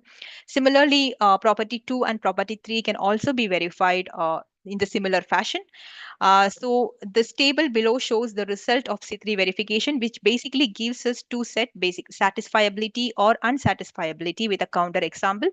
So the result from real compass and the properties, we really got that property 1 and 3 was not satisfied, meaning that the compass was using sensitive attribute like gender and race for making the decision, and it was not using the exact needed attribute for making the decision. And whereas property 2 was satisfied, where similar individuals were treated similarly to an extent. Yeah. Going into the next case study on another second AI system, loan prediction AI system, which is like we can use AI given the features like income, credit score, age, and occupation of an individual, whether the individual is eventually going to get a loan approval or not. So it's a very simple classification system. Similar to the other approach, we can, similar to the previous example, we can encode different properties of the AI system loan prediction system, which ideally should be holding true if the system is ethical eventually. So property A says a necessary condition for loan approval that when given an individual, the individual should always be having a valid credit score or income to give to get an approval. And that is a very basic knowledge that we all have. And this is one property which is a necessary condition. And second property is going into the explainable aspect of it, like if an individual is not getting a desired outcome, of course everyone require the approval, that is a desired outcome. If an individual is not getting what is desired, then the individual will be able to appeal the request and will be able to is eligible for the explanation from the system, or what went wrong and what need to be improved. So given these two properties, again, we have used C3 solver to prove the property, and we got the result as property A was not satisfied by the system, meaning that even this system was using gender and name of the individual. Like from the name, it was getting the ethnicity of the individual. So based on that, the system was creating decision. So it was seemed to be a biased model again, but as we are using C3, we will be getting counter examples on what ideally should have been, what ideally the feature value should be to get an output. So this is the property B was satisfied by the AI system. Again, the property A and B, as we said, it is also aligned with the principles and policies and guidelines given by the organization. So it is like how we can mathematically encode those theoretical article principles and properties into the real AI system. So just to give a visualization on how the formal verification process for an AI system works, we have an AI system, AI model, learning or iterative learning from the environment, from the positive rewards and from the negative rewards. It learns and it improves iteratively the parameters and the data. We extract the system properties from those models, and by the guidelines given by the organization like government and non-government organization, we have some ethical specifications in the form of axioms that ideally the model should be following. So we can verify that whether the system properties extracted from the model is in line with the ethical specification ideally the model should be following. If yes, then we can say the property is satisfied. Otherwise, we should be having some iterative improvement and iterative training on the model to make it ethical. And deep dive into this, the theoretical aspects and the theorem and the proofs and much more detail on the axiom list will be available in the data source. I mean, in the paper, Deontic Temporal Logic for Formal Verification of AI Ethics. Now, given this, the key advantage of our approach over existing approach, temporal deontic logic, the use of temporal deontic logic and normative theories is the research is happening over the past years, and it is mainly like focusing on the broader aspect of machine ethics, where it handles machine learning, robot ethics, and AI. But our work is completely focusing on system level specification. Like we don't deep dive into the individual actions, like how the individual actions, the conflicting actions, or maybe conflict resolution, prioritizing the actions and all those things. Rather, we focus on system level specification, that what ideally an ethical AI system should be following, considering the contextual nature of the AI. And then as we have incorporated the blend of deontic and temporal logic, we will be able to, using our framework, we'll be able to capture the evolving properties of ethics, like the fairness, transparency, or security over time, not just in a particular time frame. And then we also show that practically how it can be applied to real world AI system, using examples with the compass and lawn prediction and many more AI systems. So using this, we will be able to mathematically encode the guidelines and the principles given by the organization towards this achieving this goal. So as a conclusion, as we have seen, like we are in our work, we are using temporal deontic logic for encoding the properties of AI, and we are focusing mainly on fairness and explainability, even though the research can be extended to the other dimensions of ethics as well. And then we show that real case studies can be demonstrated. I mean, real case studies, the ethical aspects or properties of real AI systems can be captured and can be verified using the tools. And this work actually, the direction of this work is to bridge the gap between the abstract ethical guidelines and the practical application to the AI system, promoting ethical AI development. Now, coming to the future direction, we should be having a rigorous framework for ethical reasoning, which is inbuilt in the life cycle of AI. Like it should not be something like artificial or retrofitted framework. It should be in the inherent in the AI system, whether it is fairness or explainable or explainability or any other dimension or ethical framework. The model should be inherently fair or inherently explainable is what we require.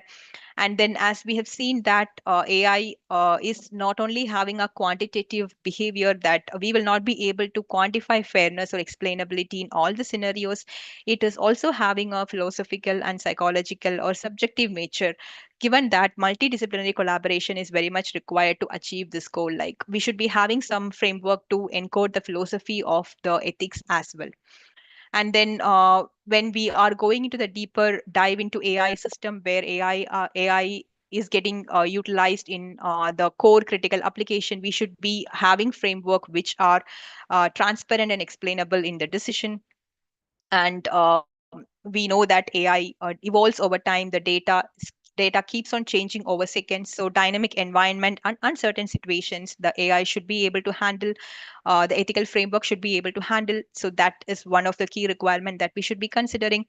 And and the major part is like in this talk we currently focused on a single AI system, but what if we have a multi-agent environment where multiple systems are interacting each other, where there will be some set of actions by each system and there will be conflicting actions. In such situation, we should be having resolution framework and prioritization of the actions. So these things can be a future direction of thought in this area. And then the primary goal should be like to create a verification pipeline into the inbuilt into the AI development itself, so that even if we don't have an external framework which is trained on the data, the AI should be like explainable or maybe ethical, just like how we humans are. Yeah. Thank you so much for this opportunity. Open for the questions. Thank you, Priya. So from the participants over here, if you have any questions, please go ahead. Right. Maybe I can get started with the questions I have from the YouTube live forum. So the first question is, what happens when different ethical constraints coming from different regulatory principles conflict with each other? How does the framework you are taking would resolve that scenario? Okay, so currently in our framework, we are focusing on the system level specification. So if we have, like we have mentioned different frameworks like European Union or IEEE, OECD. So all these guidelines, even though they have extensive list of articles and principles, they basically say the same thing, that we should end up being, I mean, create the model which is explainable, fair, and transparent in nature. So those kind of conflict won't happen in when we focus on system level specification. But yeah, I acknowledge that when we go into an individual level, where a deeper dive into where multiple AI systems are interacting each other, where like different actions are happening in such situation, prioritizing the actions or conflict resolution frameworks are required, and we should be having some kind of logic more than temporal deontic logic to capture this. Maybe we can consider something like model logic, epistemic logic, or SDIT logic. So it depends again on the choice of the framework which we wanted to create. Shravan, I would answer your question in a somewhat different way, not to disagree with what Priya just said, but what the questioner is asking is not really about our work as such. It's really about whether the rules themselves are created correctly. So there can be AI ethics principles which are mutually conflicting. And if that happens, I don't know for a fact that they are, but if they are, then I don't see how any approach that anyone takes would really undo that conflict. So if there is such a conflict, then you'll have a problem no matter what. What you can possibly hope for is that you can have a system where you show such conflicts and you say, okay, these standards are mutually exclusive, or they are in conflict, and therefore they form an inconsistent formal system. Any attempt to create a compliance with these mutually conflicting standards will somehow create a problem no matter what. So if you can prove that, that would be a good thing, but that is not the focus of the current work. So there are hypothetically or possibly situations where you would have conflicts between seemingly valid standards. We know that happens in Arrow's theorem and other contexts, right? So you can have perfectly sensible looking standards or principles which are mutually incompatible. If that happens in AI ethics, then yes, we will have a problem, but that's not necessarily an issue with this approach. It's an issue with how those standards are created. That makes sense. Thank you for the clarification. And one more question that's coming my way is, when the axiom-based systems encounter a novel ethical scenario that is not currently covered by the scenarios we have looked so far, how can that be handled in terms of the uncertainty it creates? Right. So what I think this work is doing is it's actually there is a certain amount of human element involved in trying to come up with the properties that you're trying to verify. So if there are desirable properties that you haven't identified, or if somehow the identification of the property that you have is somehow in some sense incorrect, or it's not really the property that you should have, then yes, there will be a problem. But once again, I would courteously suggest that that is an issue with how this model or how this approach is going to be used. So yes, there is further work to be done on how the properties or how the ethical principles are identified. So ultimately, you want to prove a statement, and you want to use this approach to do it. What is that statement you want to prove? That currently still requires human insight. It requires someone who understands the principles behind the ethics that you're trying to enforce, and you're trying to then use that to create a statement and then prove that statement, whether it holds or not. You will either achieve a proof or a counterexample using the theorem prover and the principles that Priya just explained. So what happens if that identification step up front is somehow incorrect, or it's not really being done in the right way? Yes, that can be an issue, and that will require further work. So that would be a question of how we can aid the deployment of these tools in practice. And there's certainly a lot of work to be done in that direction. Yes. I see that Daniel Peters has a hand up. Yes, hi. Am I audible, Yes, you are. Priya? Yeah, Priya, yes. can you hear me? Excellent. Yes, I can. I'm actually concerned because I think there's a safety issue involved here, especially with the barring of gender discrimination. This would allow the perpetrator, some sort of a sexual predator, to be allowed into a woman's restroom because it can be, if it's being guarded by your AI ethical security system, because there cannot be any discrimination according to gender. This is without a million rules that can all easily be gamed as well. So how do you, is this maybe a fundamental flaw of AI ethics research, especially allowing all sorts of, I'll say, fashionable rules to be incorporated into the quote ethics as if those were actually ethical? Daniel, I would answer your question in a different way. That's not an issue with AI ethics. It's an issue with whether something is fundamentally ethical. So I think we can, without getting into,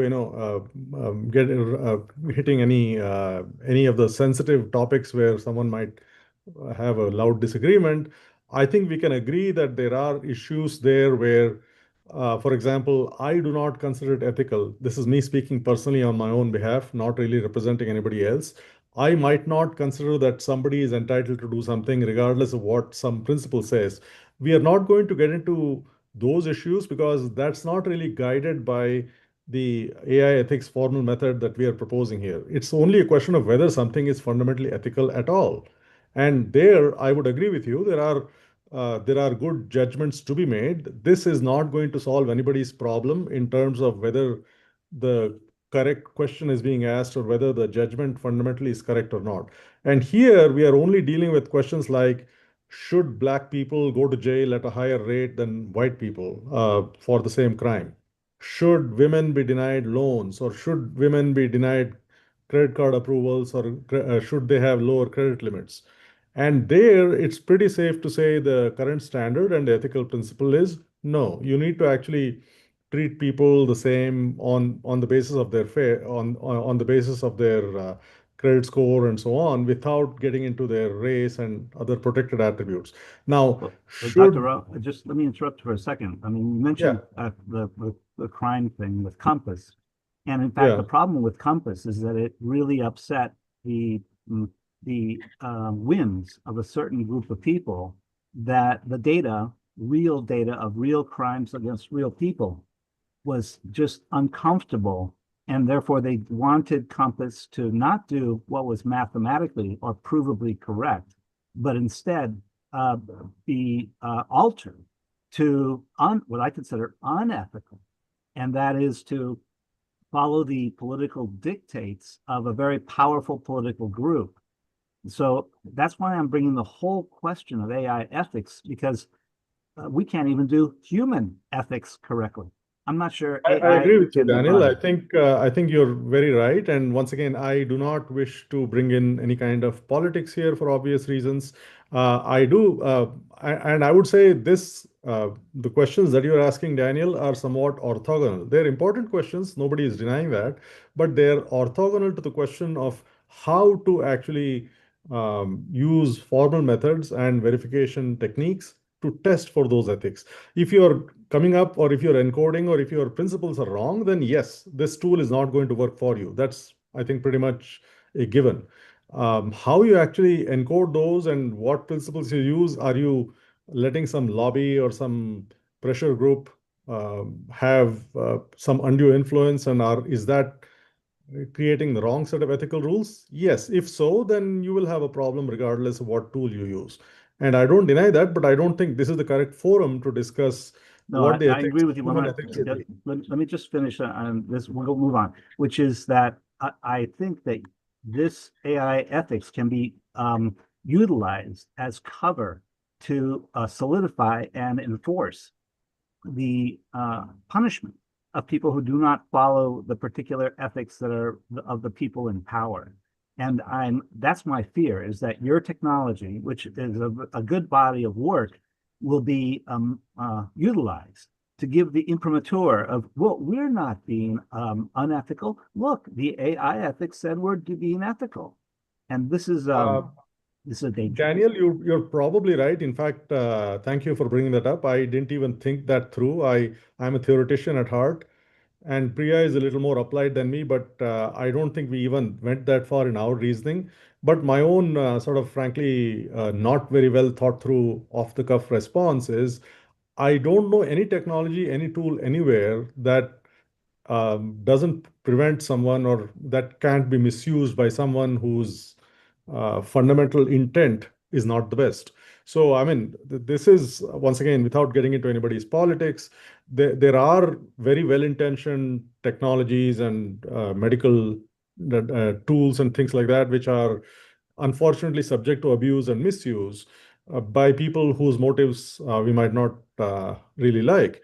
And I wouldn't necessarily find fault with the people whose intentions were ultimately noble, but the people who are doing the wrong things with those tools, I mean, they are not to be praised.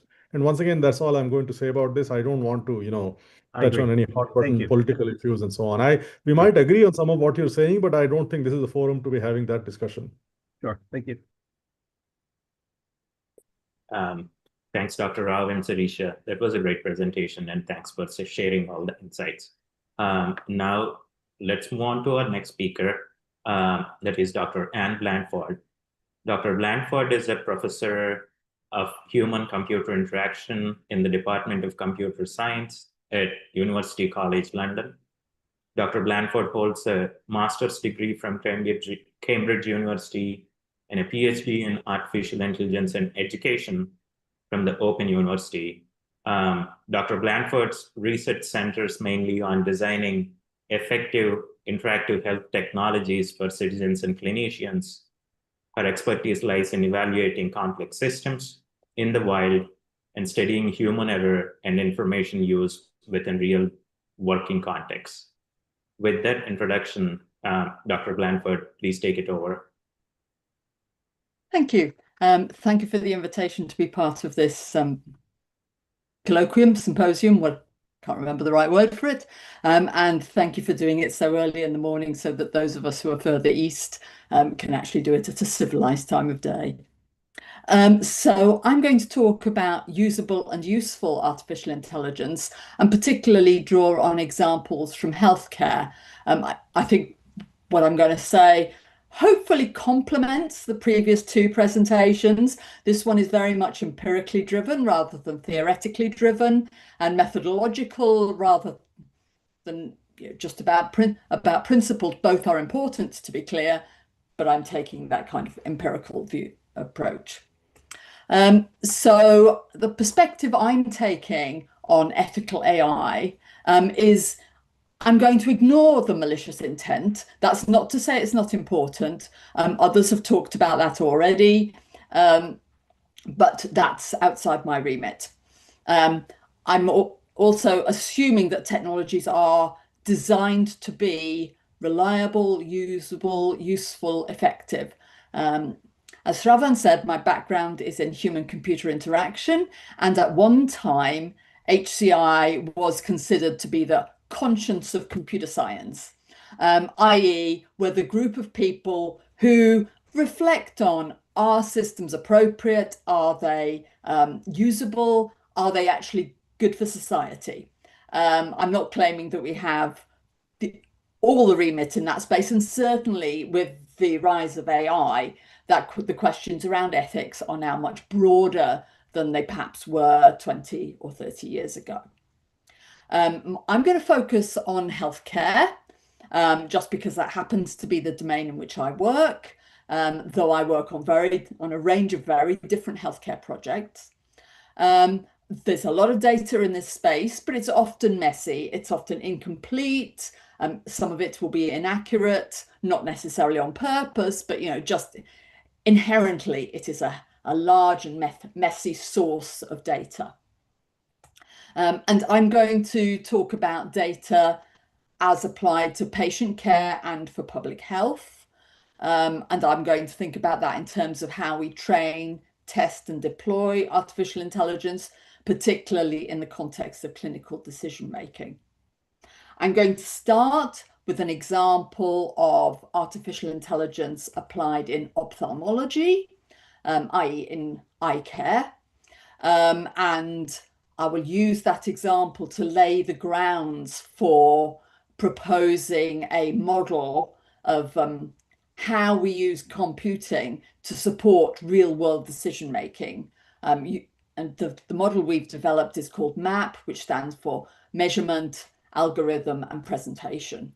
But I'll talk a lot more about that in a few minutes. And I will then apply the MAP model to reason about AI, interactions in healthcare in two further domains, in dementia and also in colonoscopy. These sound like a fairly random set of clinical conditions. They happen to be the ones in which I have worked on AI-related projects. And I'm trying to synthesize our insights across those. So it's now 2025. There is so much health data out there now. And an important question is how to exploit it in a positive way. So I've said I'm avoiding the malicious use of data. So healthcare is an area where a lot of digital data is now being generated, where once a lot of clinical records were typically handwritten, and any images that might be used to support healthcare were stored physically in large photo libraries and images of x-rays and whatever. Now, most of the data is digital. Not all, but the vast majority of it. And we also have new ways of gathering data, including a whole range of scanning techniques. The one I'm going to include in my talk today is involves optical coherence tomography scans, commonly referred to as OCT scans, which are scans of the back of the eye. And all these new ways of gathering data add new kinds of data that complement the other data sources that we've already had available to us. And there are huge volumes of data now across every clinical specialism. I'm focusing on 3 particular specialisms, but the same kinds of issues apply across all, really. And of course, in healthcare, it's not just the internal data about a patient that affects healthcare. Also, environmental and economic data are relevant. People who are in poverty will almost invariably have more health conditions to contend with than people who are relatively rich and well off. People who live in challenging environments, again, are more likely to have challenging health issues than those who live in more benign kind of contexts or environments. And what we're interested in is what can we learn from this data for the health, both of the population, generalizing across data from many, many patients, many, many people, but also how can we use the same data sources and the same algorithms or adaptations of them to reason about the health of the individual. And of course, we're talking about pseudonymized or anonymized data here in the most part. Again, that's not the focus of my talk today. So I'm going to offer you a conceptual framework, which I'm going to call the digital health data cycle. And hopefully you can see my mouse as I move around the diagram. Any clinical encounter that we have will involve us as individuals sharing data with our health practitioners, whether that is just data like, I've been feeling really tired recently, or I've got a strange lump or a red rash, or whatever. Lots of it is descriptive. Lots of it is also quantitative. So our health clinicians may well take measurements. They may take our blood pressure, our temperature. They may order scans or blood results. There are many different kinds of data that contribute to this interaction between individuals and their healthcare practitioners to reason about, what the likely condition is and what are potential ways of dealing with that condition to improve the health of the individual.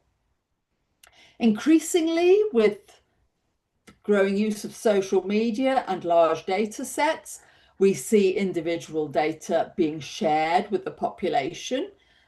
This particular number 2 here is focusing primarily on social media, that people choose to share their data very often in forums or in specialized outlets such as Patients Like Me, where people can compare notes with other people who may have similar symptoms and hence learn about their own condition through those kinds of dialogues, as well as the dialogues that they have with health professionals.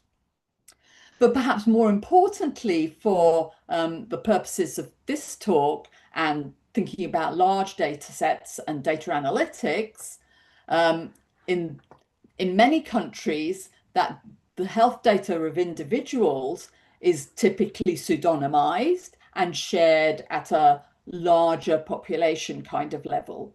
That happens in the UK through databases such as CPRD and GPRD, which are kind of national databases of anonymized or pseudonymized data. That data can also be linked with environmental data and economic data and collectively used as the basis for developing algorithms that will hopefully improve our understanding of various clinical conditions and also develop novel AI models. This world moved on a lot during the COVID pandemic. We could all see how data was being used, at least at a large level, to reason about what were the causes of COVID, what factors were influencing people's susceptibility to it, how it was being transmitted around the world, etc. But the same kind of principles are true of many, many health conditions. I'm including citations about particular papers where relevant throughout this talk. So that's the kind of conceptual framework that I'm basing a lot of the ideas on. I also want to talk very briefly and at a very high level about how algorithms are typically developed in this space, where I'm focusing on clinical decision support based on machine learning algorithms. Typically, the algorithm in practice is shaped by both the training data and the test data that are used as the basis for that algorithm. And typically the training and the test data are very often kind of subsets of the same broader uniform data set. So that one is used for training, the other is used for then testing it. And concerns such as bias and explainability, which were discussed at much greater length and depth in the previous talk than I'm going to discuss them now, are things that apply at that level through the orange cycle here, if you like. But of course, when we think about applying things in clinical practice, we also need to think about the data of a particular patient and how their data compares against the algorithm, which is of course based on previous training and test data. And that data can be sometimes gathered in a different way from the training and test data. For example, using a different kind of measuring device. It can also be gathered for a patient who is perhaps not typical, is not represented fairly and consistently in the training data set, which again kind of causes risks and biases within that context. And I'm going to focus particularly on this part of the cycle, where I'm thinking about real-world applications of patient data in different kind of contexts. So my first example is taken from ophthalmology. This is work which is just coming to a close now. And the problem is broadly stated, or the context is stated as, most of us start, if we have any eye conditions, we typically start by going to see somebody in primary care. In the UK, they're called opticians or optometrists. They may be called other things in other countries. But in primary care, a whole battery of eye tests will be performed for assessing people's vision, how well they can see, and also for eye health, whether somebody has a problem, a health condition that is represented through the eyes, whether it's specifically an eye condition or whether it's something like diabetes that has implications for eye care as well. And these measurements and tests, as illustrated in the photos that are not from our data, but have been taken from the internet with credits to the people who provided those images, they increasingly include scans now, such as optical coherence tomography and fundus images, which are photographs of the back of the eye. I'll illustrate those on the next slide. And what the optometrist is doing is essentially making two different kinds of decisions. The first is a decision about prescribing glasses or contact lenses to the individual. And that will be a prescription that they will deal with, and it never generally goes into secondary care. Or in other cases, a decision that has to be made is to refer somebody to secondary care or to retain it in primary care and monitor a condition that is evolving and perhaps seems to be getting worse. So one of the issues, so here we have examples. The top part is taken from a press release from Moorfields Eye Hospital in London a few years ago, when they launched, when they conducted a study of an AI algorithm that was developed between Google DeepMind and Moorfields Eye Hospital. And they conducted a retrospective clinical trial of that, and it worked really well. I'm not going to give all the data for that. But it includes some of the images of things that we were familiar with, like eye charts that we have to read when we go for an eye examination. The diagrams at the bottom are what's called a fundus image, i.e. the photograph of the back of the eye, and also a multicolored OCT image. This is unusual in the sense that most of them are normally black and white rather than multicolored. Since OCT scans of this kind have been introduced into primary care, one of the effects of this has been that a lot more patients are getting referred into secondary care, i.e. there are a lot more false positive referrals, as well as some more genuine referrals that are being caught early and therefore are being addressed earlier than they might have been before these OCT images were available. But the problem with false positive referrals is that they clog up secondary eye care.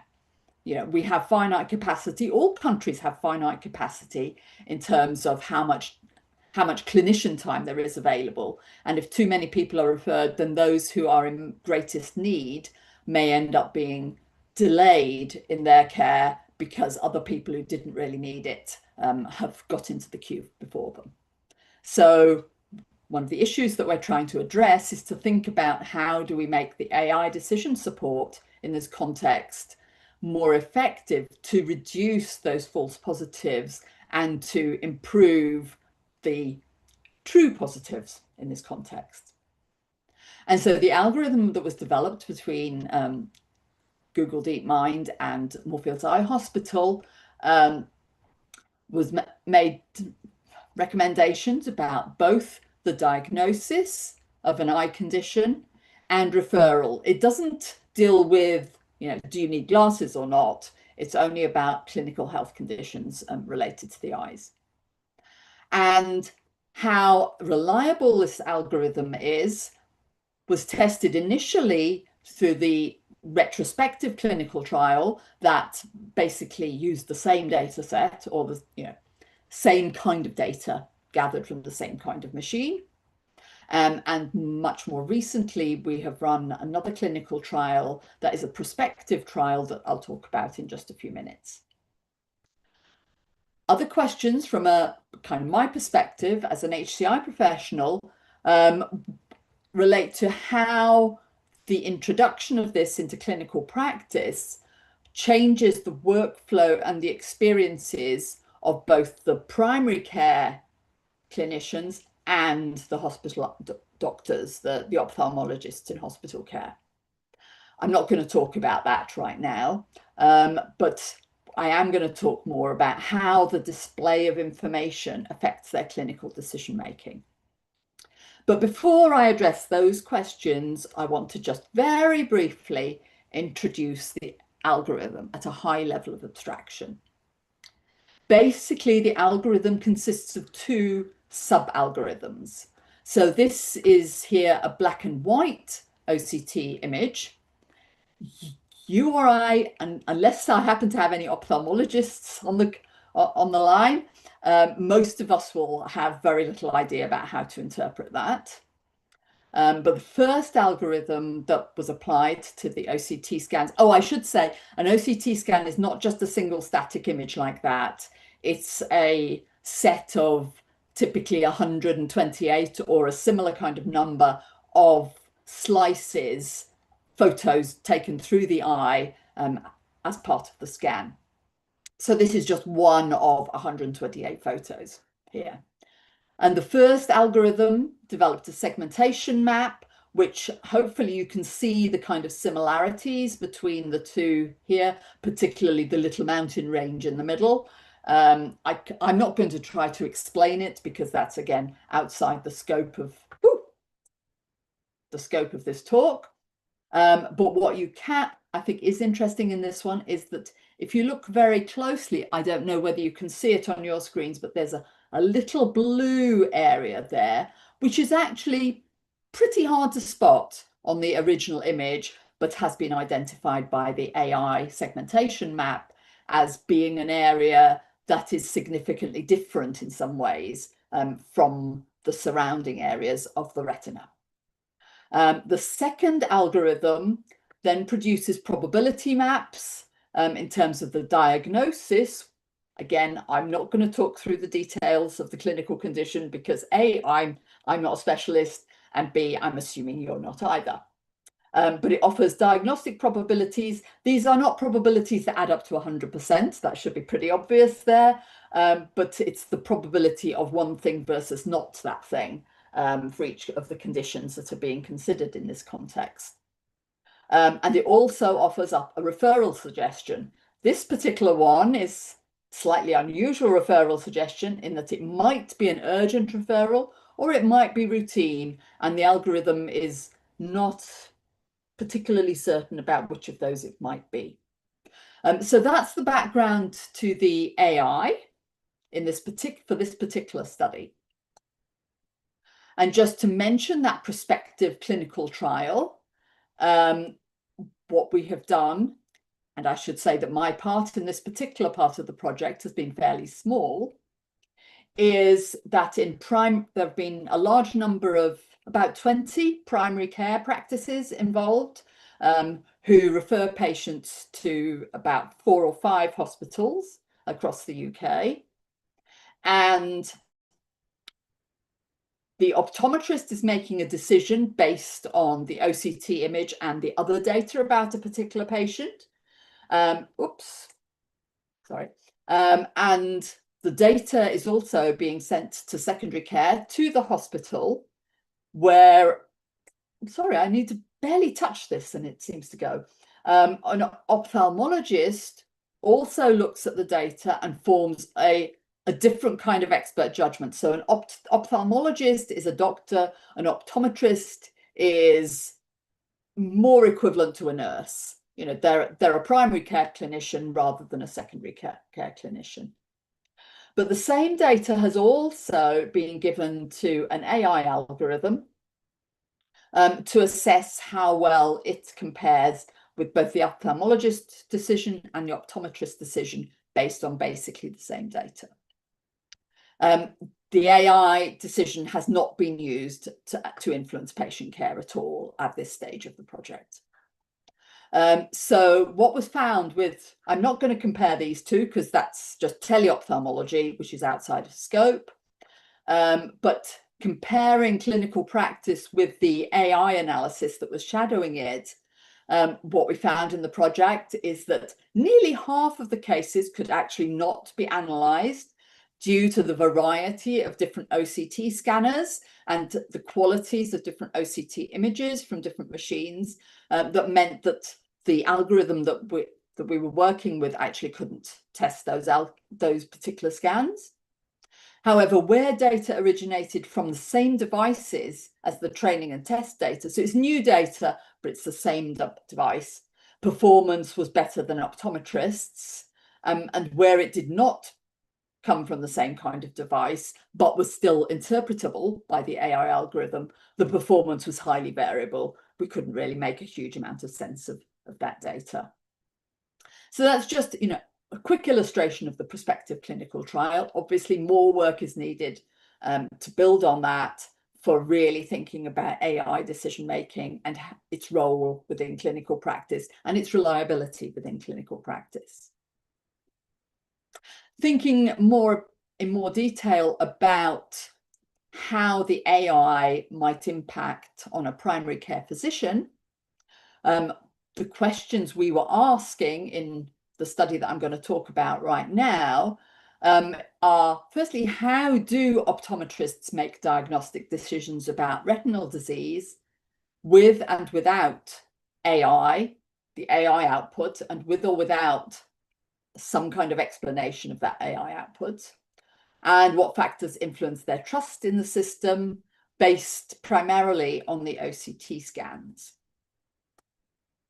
So we had 30 clinicians, optometrists, participate in this study, and each assessed 30 scans, 10 of which were just the data they would always have seen, i.e. details about the patient, the fundus image, and the classic OCT scan. So 10 of the images that they assessed were of that kind. 10 of the images that they assessed, they also had the output from the second algorithm, i.e. it included the probability of different forms of diagnosis, and a referral suggestion about whether or not this was urgent or semi-urgent, or indeed a routine one that did not need to be referred to secondary care at all. And the third block of 10 cases that they were asked to make a decision on also included the segmentation map. So they had the 3 different sources of data. And for the segmentation map, this one is just a very quick video that shows, that the whole set of scans from beginning to end. I think it's going round and round and round. The blue areas here are fluid on the retina. Obviously, the fluid is at its greatest in the middle of the retina, and this particular one would probably be recommended for referral. But you get a sense, hopefully, of the kind of study that we did and the kind of analysis that we did from that data, which started with some fairly simple statistics, that overall the results were that 74% of the responses from the 900 cases, 30 clinicians times 30 cases each, 74% of those responses were correct. Interestingly, most responses were correct when they only had access to the traditional information they would have had available to them. 75%, so still slightly higher than average, were considered correct if they were only given the AI diagnosis as well. Critically, when they were also shown the segmentation maps, the response rate got worse. And I should say that the word correct here, of course, is a clinical judgment. It's a clinical judgment made by expert clinicians from the hospital. So, there may be other interpretations of the word correct in the context of eye care. This was not the result that we were expecting. I think it's probably not the result that anybody on this call would expect or hope for. So we looked back at the data And one of the things that we had done in the study was to intentionally bias the data that we showed to people to include more edge cases. So, there's a large number of uncontroversial, relatively easy to diagnose clinical cases. We were very intentionally not just giving people a lot of those examples. We were intentionally including some hard to assess ones and some ones where there was some ambiguity in the results. And what we found was that a key difference between these different cases that we gave people across the three conditions was a difference between what is measurable and what is clinically significant. So the arrow on this diagram here is one that we've superimposed. That's not part of the original scan, in case that's not obvious. And on the original scan, people would probably not consider this to be significant. Indeed, it was not considered to be significant by the clinicians. But I don't know how well this shows over YouTube or wherever. There is a thin blue layer here, which actually signifies epiretinal membrane that should not be visible at that point. So the segmentation map is showing a feature that is not considered by the experts to be clinically significant, and the algorithm had been trained not to highlight that level of ERM, but people could now see that thin layer of blue and therefore considered the ERM perhaps to be clinically significant and therefore refer it. There were also some clinically ambiguous cases in our data set, highlighting the challenge of there being a single correct solution, because healthcare isn't like that. There's often uncertainties and ambiguities and needs for further tests before somebody can actually get a confident diagnosis and a confident treatment plan in this context. So that was the study. And I'm now going to move on to kind of lay the groundwork for the impact of different aspects, in this case, the impact of presentation on people's performance. So, when people were shown this image, it had an impact on their real-world interpretation of the data and hence on their decision-making. And this diagram here, kind of the key points that I'm trying to make in here is that what we do in our professional lives, what clinicians do in their professional lives, is to consider things in the real world, observe, reason, and form a real world interpretation of that situation that they use to make their clinical decisions, their diagnosis, their treatment plans. As we add more and more measurements and develop computational representations of that, we have this computational representation, which includes various patient data, particularly the scan, and those other data sources, and the algorithm, which leads to a computational outcome, the recommendations in particular, which are interpreted by the clinical team working with that patient. So we're going from, what is at one level a single reasoning stage and employing computational methods, AI algorithms, to support the clinical reasoning about that case. And that is the basis, using this example, for the MAP model, which is kind of at the heart of what I'm talking about today, that the real world significance of data needs to be interpreted and acted on. So this is essentially that same kind of circular diagram, but done in a straight line here, and that we have the clinical phenomenon. We take various forms of measurement, or in this case, the clinicians do, to develop a computational representation of that phenomenon, on which algorithms are then applied to result in a computational outcome, the need for referral and the possible diagnosis, which are then presented back to be interpreted by the medical expert here. And that's just showing it in circular form. And what we've done so far is to take that idea of measurement, algorithm, and presentation, and based on our real world data, think about reflect on what are the challenges that we experience at each of those three stages. So measurement challenges include identifying valid measures to represent the real world phenomena that we're interested in. You know, what are the valid measures in eye care? Well, there's all those things like your diopters and your eye pressures and the OCT scans and fundus images, etc. Are we only gathering the relevant data? Are we perhaps gathering irrelevant data? Are we gathering the best possible data set there?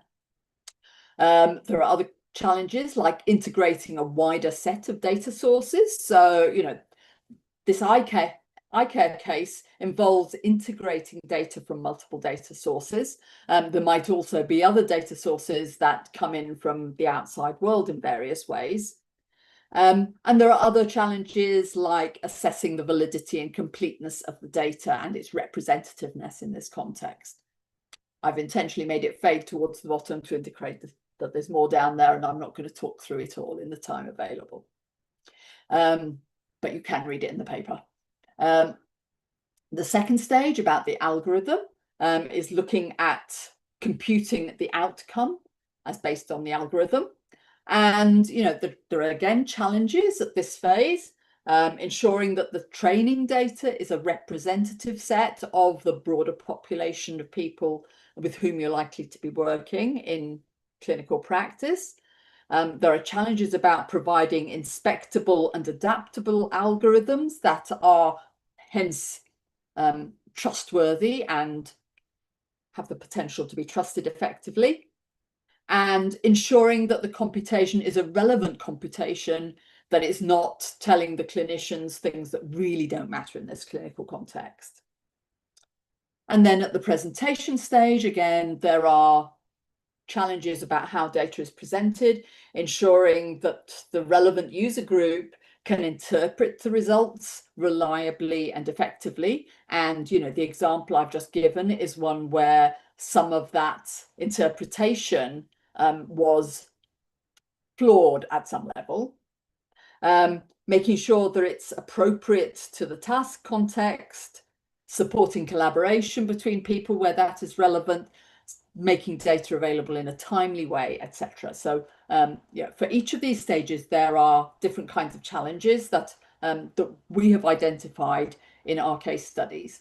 I should perhaps say that the optometry example that I've just given was not used as part of the data set for developing the map model, but I hope I've illustrated that it's equally applicable for that example.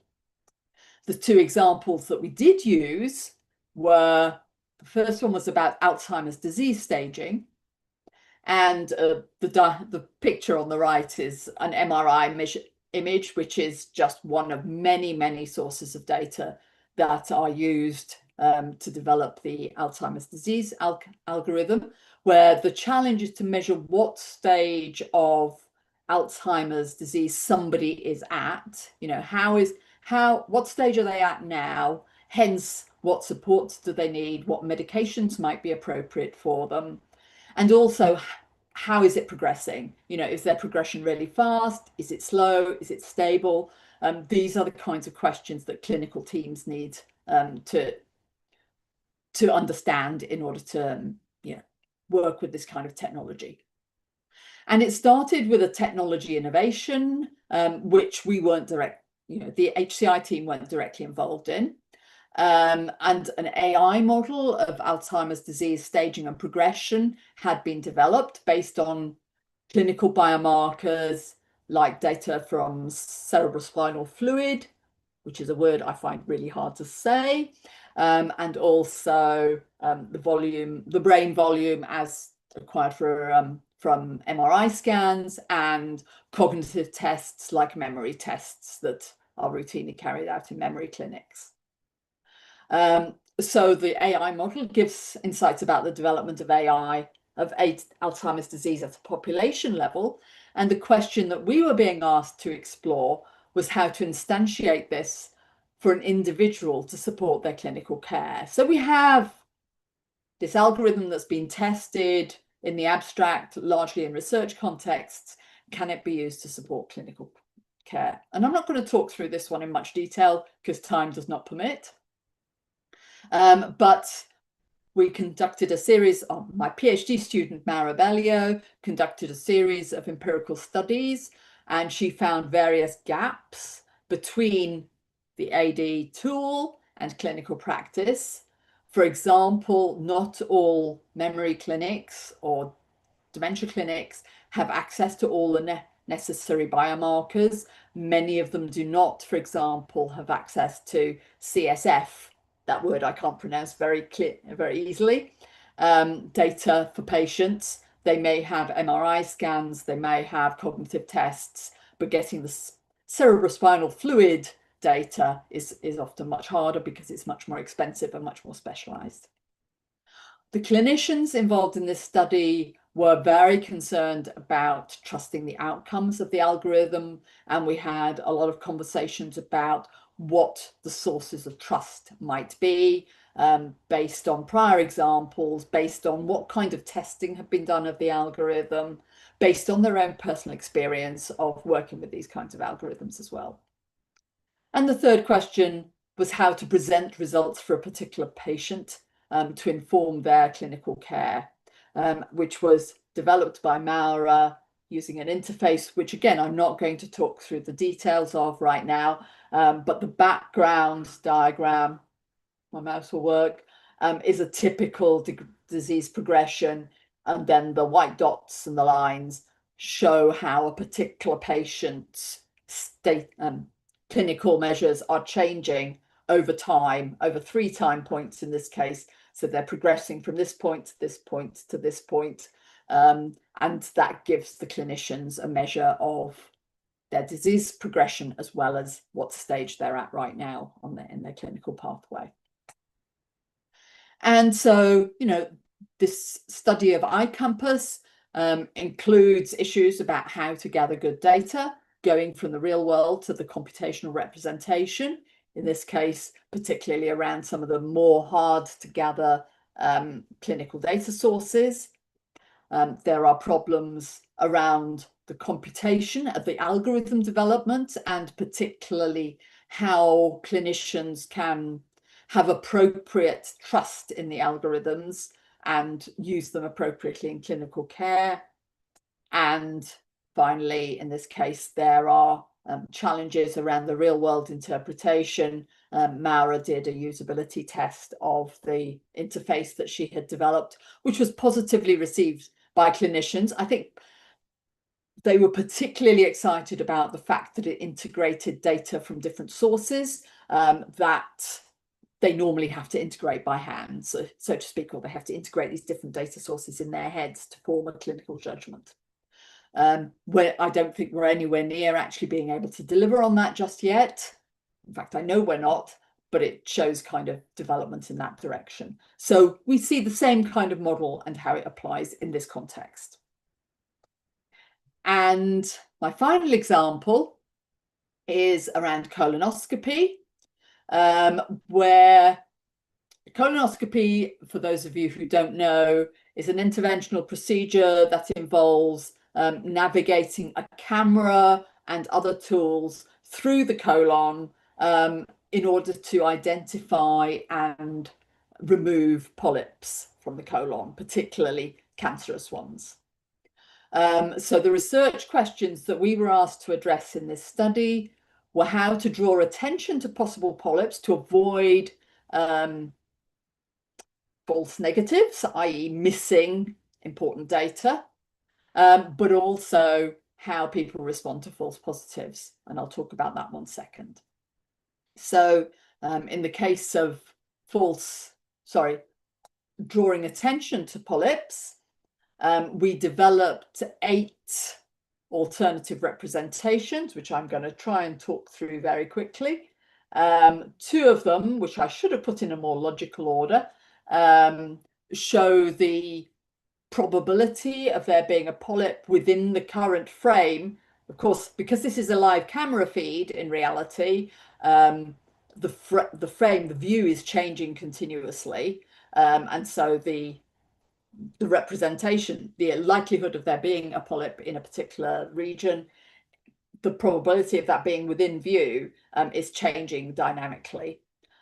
So 2 of these actually are based on commercial systems, simulations thereof, one of which showed a probability of there being a polyp within the field of view, and the other of which just drew attention by putting red markers in the corners when the algorithm detected what it believed to be a polyp. The other 6 representations drew attention particularly to the location of the polyp. This one is a closed kind of circle directly around the polyp. The second is a small square very close to the polyp. Third is a larger circle. The fourth is an obscuring of the polyp to draw attention to it. The fifth is a large square, and the final one is a circle where the rest of the field of view is obscured to draw attention to it more strongly. And we also assessed the color preferences in terms of what color I'm showing it in blue here, but we tested different colors to see which were the clinical preferences. And to cut a long story short, the preferred presentation in this case was this one, the fairly large blue circle that draws attention to the polyp. And the rationale that the clinical participants gave for this were that they wanted to see the whole scene. They did not want any part of the scene to be obscured. They wanted their attention to be drawn to the correct area within the space, not just it be too general or too tight such that it actually obscured part of the polyp. And they wanted it to be in a contrasting color. Obviously, our colons, when viewed under camera view with a little light, typically are in the kind of orangish end of the color spectrum. So blue was considered to be the good contrast to that. So there we have, thinking about the presentation, that is actually looking at this element of this part of the map diagram. The second study focused on how people respond to false positives. I'm sorry I don't have a video of this. I probably should have found one. But here, the picture shows somebody navigating backwards and forwards through a video. We have no patients were harmed in the conduct of these studies. It's all video data. And the participant could navigate forwards and backwards through the video in order to assess the polyp as it moved into and out of the field of view. And the question was about false positives. Surprisingly, perhaps, they were generally regarded positively. Our participants reported that it did slow them down, because every time you have to assess a false positive, obviously that slows you down, but it also forced people to think a little bit more carefully about whether it was a polyp or some mucus or some bubbles in the colon. There are various things, or just a fold that could be slightly ambiguous. And AI was perceived as being most valuable for less experienced professionals. The most experienced professionals just went, this isn't really going to help me. I know what I'm looking for. Less experienced professionals valued it as kind of helping to draw their attention to the right kind of place. So again, this is, we're now looking at people's reactions to the algorithm and how the algorithm is subsequently presented in the world for people. So, I'm just kind of revisiting this to say, these examples show illustrates the importance of these different stages of measurement, algorithm, and presentation when developing AI algorithms that are designed for use in clinical practice. I have no reason to think this is only for clinical practice. You know, it could be applied in many other contexts, we believe. We can't claim that though, because we haven't tested it. So kind of looking to the future, you know, I think what we're all trying to do is to develop AI algorithms that are reliable, usable, useful, effective, safe, privacy preserving, resistant to malicious interventions, other things that are outside my area of expertise, but have been discussed in earlier talks. So we need to consider these 3 steps: the measurement from real world to computational representation, the algorithm, how the analysis is performed, how those algorithms are developed and tested, and then how people interpret the information that is presented to them. There are many other things that we also need to think about in deploying algorithms in clinical practice, such as people's workflow, their values, their priorities, how we can develop technologies that both work effectively for people and actually matter to support their clinical work.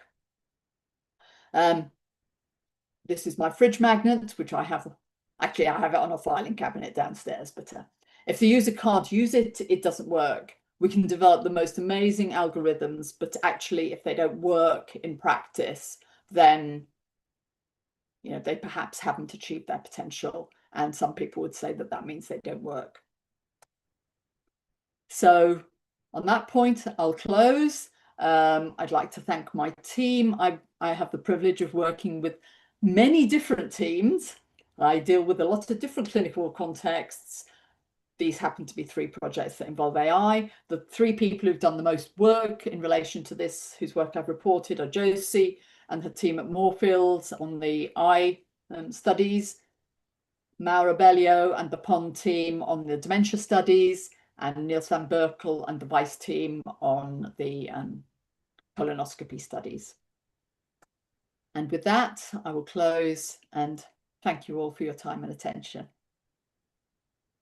Thank you, Anne. With that, I am going to open it to the participants if they have any questions. Yeah, there's one coming from Matt Jarvis. Matt, please go ahead. Hi, thanks for that talk. It's really, really interesting. I had a few questions just on some of the stuff you did. So firstly, did you ever actually intentionally show people incorrect segmentation maps in the ophthalmology study, just to you know, explore things like trust of how the segmentation, you know, was done, and things like that. And on the other side, with the false positives for the colonoscopy study, AI being perceived as most valuable for the less experienced professionals, did you do anything to look into whether is that because of did you find that was because of experience, or is that really due to comfort with AI technology? You know, the people we work with, often we find that younger people are just more comfortable with AI because they're more exposed to it, have been exposed to it. So it's a factor of age more than anything else. Thanks. Thanks. Those are both great questions. The answer to the first one is no.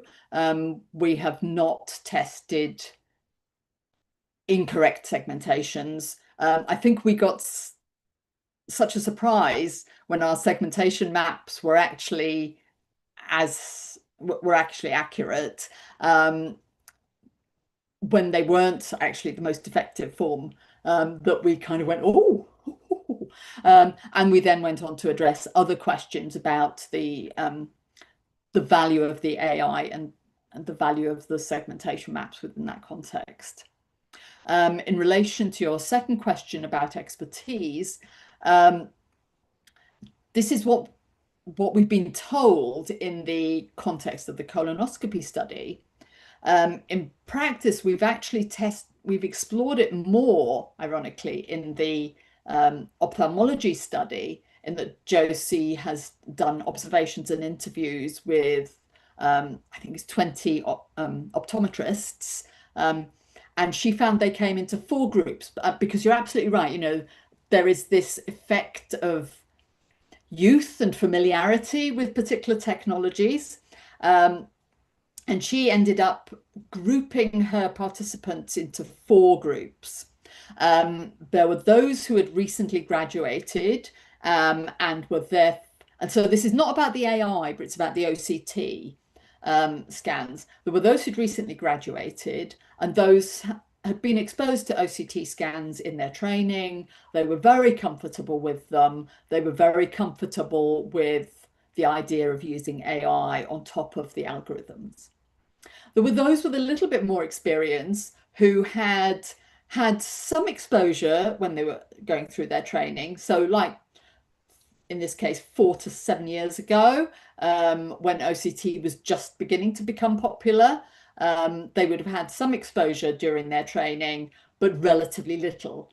And therefore, they knew they still had a lot of learning to do and were very open to that learning and very open to learning from their colleagues, learning from AI algorithms, learning from whatever sources they could find to support their education. And these groups were interested in learning and they weren't showing too much concern about getting things wrong. Among the more experienced professionals, there were 2 groups who could be kind of characterized as technology phobes and technology enthusiasts. And the technology phobes had not been introduced to this technology when they were at university. They'd had it kind of foisted on them when they already considered themselves to be experts. And so their expertise was now being challenged by the new technology. And they felt kind of on the back foot, and they still wanted to be as confident about their clinical expertise as they always had been. And actually, this was slightly undermining their expertise.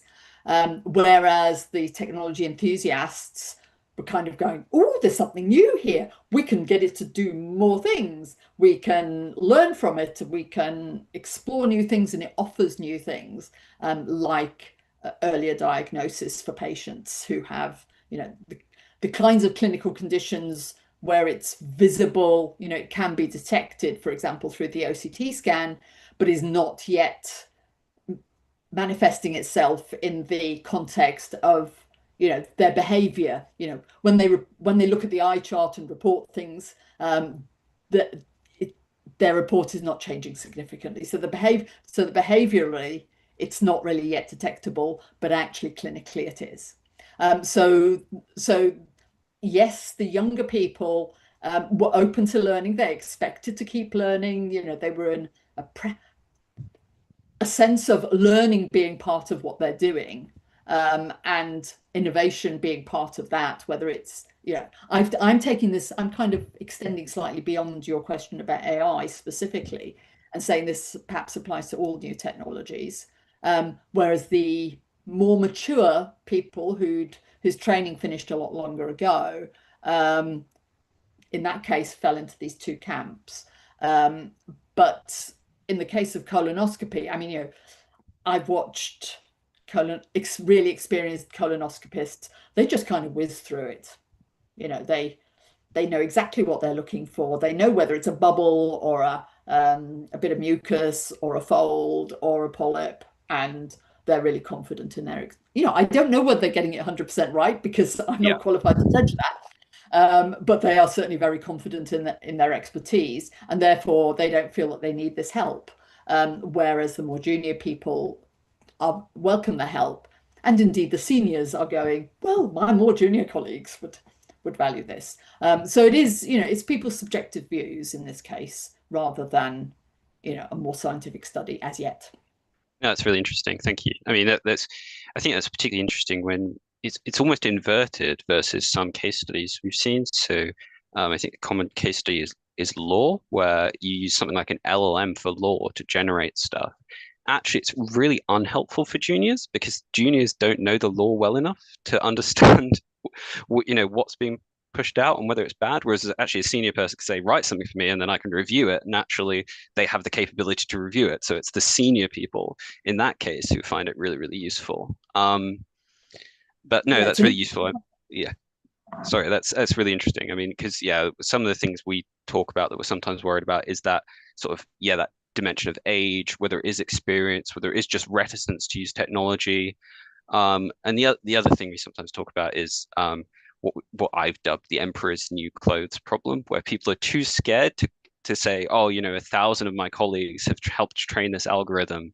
Therefore, I don't want to be the one who says, is that emperor naked?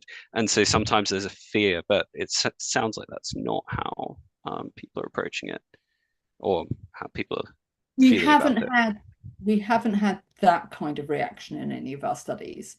I mean, we haven't explicitly explored that emperor's new clothes question. These studies have all been conducted in the last 3 or 4 years.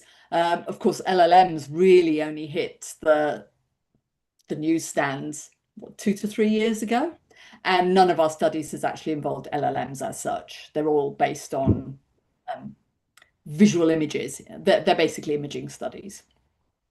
So we haven't addressed all those questions around it. More deterministic than probabilistic and stuff. But no, that's very useful. Thank you very much. Thank you. All right. I have a couple of questions again coming from the other forum on YouTube, kind of related to what Matt was asking. So in the Matt model, which component, measurement, algorithm, or presentation from the studies you have done shown to create the biggest barrier to actual clinical adoption? I don't think we can actually. I mean, the answer is it depends, really. I mean, if a very old computing phrase, garbage in, garbage out. If you don't get the right measurements in the first place, you're not going to get good results. But if you have good measurements and then a dubious algorithm, or it's biased data, or it's incomplete data, or the algorithm has limited scope, and the scope of the algorithm is not clear to people, then we have problems at the next stage. And actually, for it to be useful, it needs to be interpretable by people at the end. So you can, if you just pour it in and it goes into a black box and nothing ever comes out the other end, it's no use, just like it's no use if what goes into the black box is garbage. It's different kinds of importance for the different stages, but I don't think we can say that one is more important than the other. They all have to work together to actually support clinical reasoning in this context. That makes sense. And the next question is, so in the math framework, how do you handle cases when the algorithm is known to perform technically well, but there is kind of friction from the clinicians and they reject it because of the presentation issues? Is there any feedback mechanism for it? So, I mean, this is not a prescriptive tool. It's a tool to help people to think about the importance of these 3 different stages. I mean, the stages, they do slightly blur into each other. Clinical diagnosis isn't single shot very often.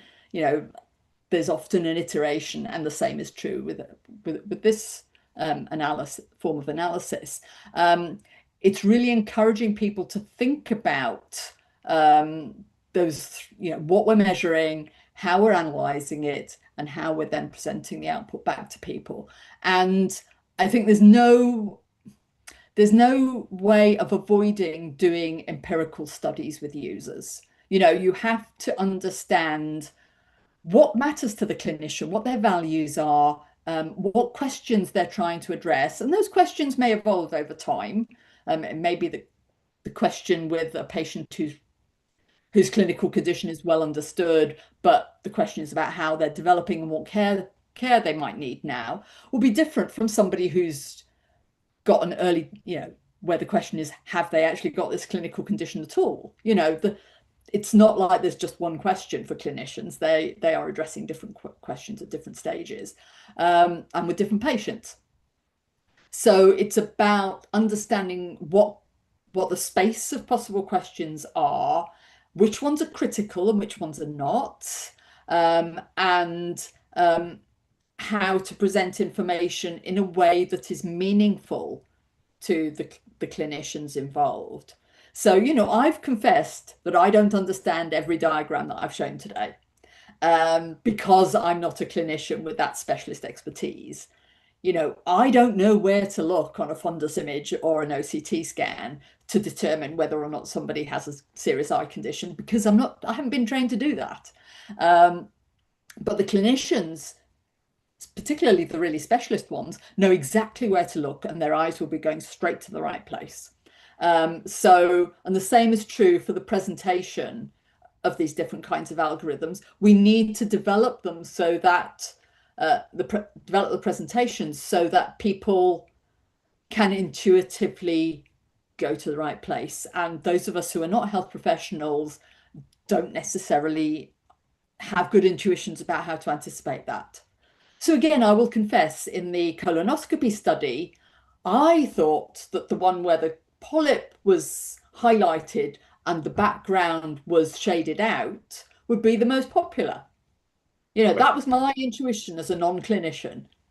I was just proved wrong when we did a study with clinicians. So we always have to involve the real users, the real experts in these kinds of studies in order to develop tools that will work well for them, because they are different from us as computer scientists. Yeah, that's a great insight.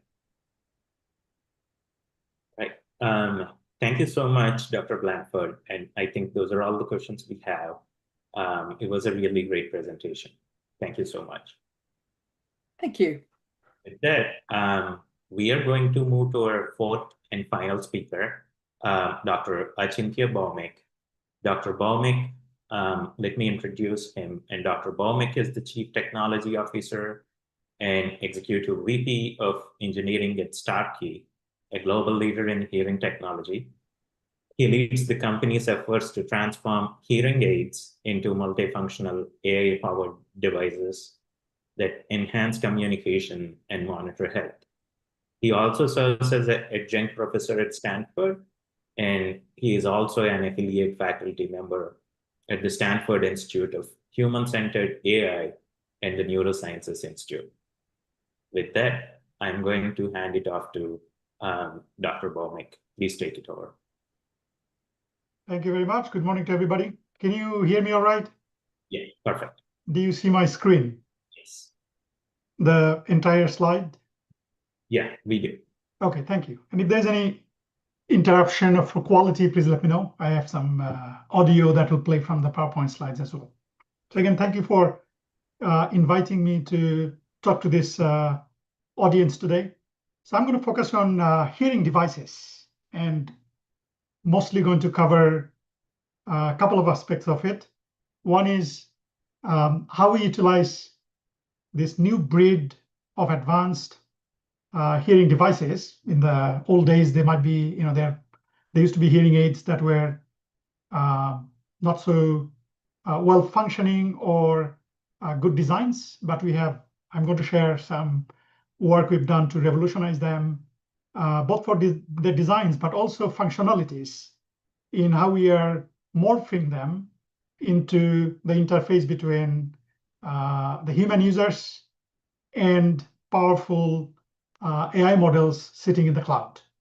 But I'm also going to talk about the core functions of these devices that are to enhance communications for people who wear them. More specifically, I'm going to talk about the recent work on low power deep neural networks that are hardware accelerated as part of the processor of the device themselves. So that will be the focus. A little bit more about myself. So I lead the research and development, product and engineering for Starkey Hearing. I don't know how many of you know about Starkey. We are a privately held company, so only relatively better known for the devices that we directly sell to people who buy them. We are about $1 billion in revenues and employ about 6,000 people in our team. So we've done pretty well in this arena. I also represent Stanford, who have taught for many, many years now. I teach a class there on computational perception. That's at the interface between neuroscience and artificial intelligence. So with that, let me get started. To set context, I'm an engineer, but I'll be sounding a lot like a neuroscientist in parts of this presentation. So I thought it would be good to share my my background for the last 25 years. So I got my PhD and started working as an engineer, starting with a research scientist role at Intel. I spent 17 years at Intel, ending with the final role of vice president for computational perception, or perceptual computing is what we called at Intel, reporting to the CEO. There, my focus was what you see as the first line of this slide, enhancing machine perception. So I spent 17 years working on computer vision for applications in robotics that included autonomous driving, humanoids, drones that would avoid collisions. But then I made a switch in 2017 to move to augmenting human perception rather than helping machines sense and understand the world, to helping humans do better sensing and understanding of the world. The underlying technologies are the same. In my view, they're all about learning from how our human system, the biological system, senses and understands the world around us, so that we can develop special sensors and computational algorithms, either to help machines do human-like sensing, or, as you will see in the most of the talk today, how we can help humans do that better.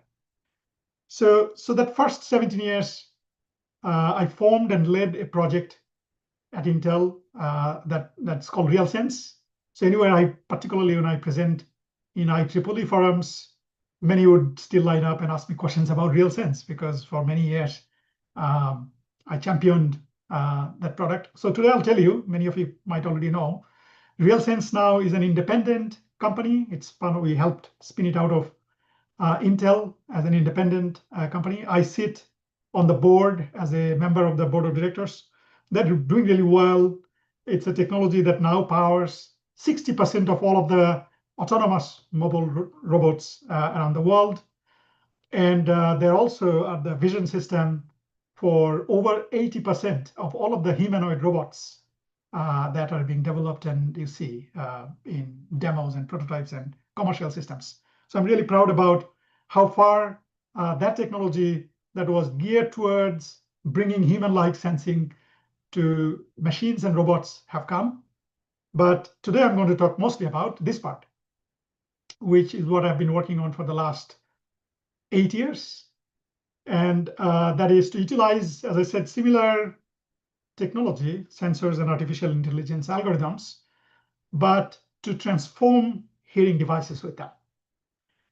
So I don't know how many of you are familiar with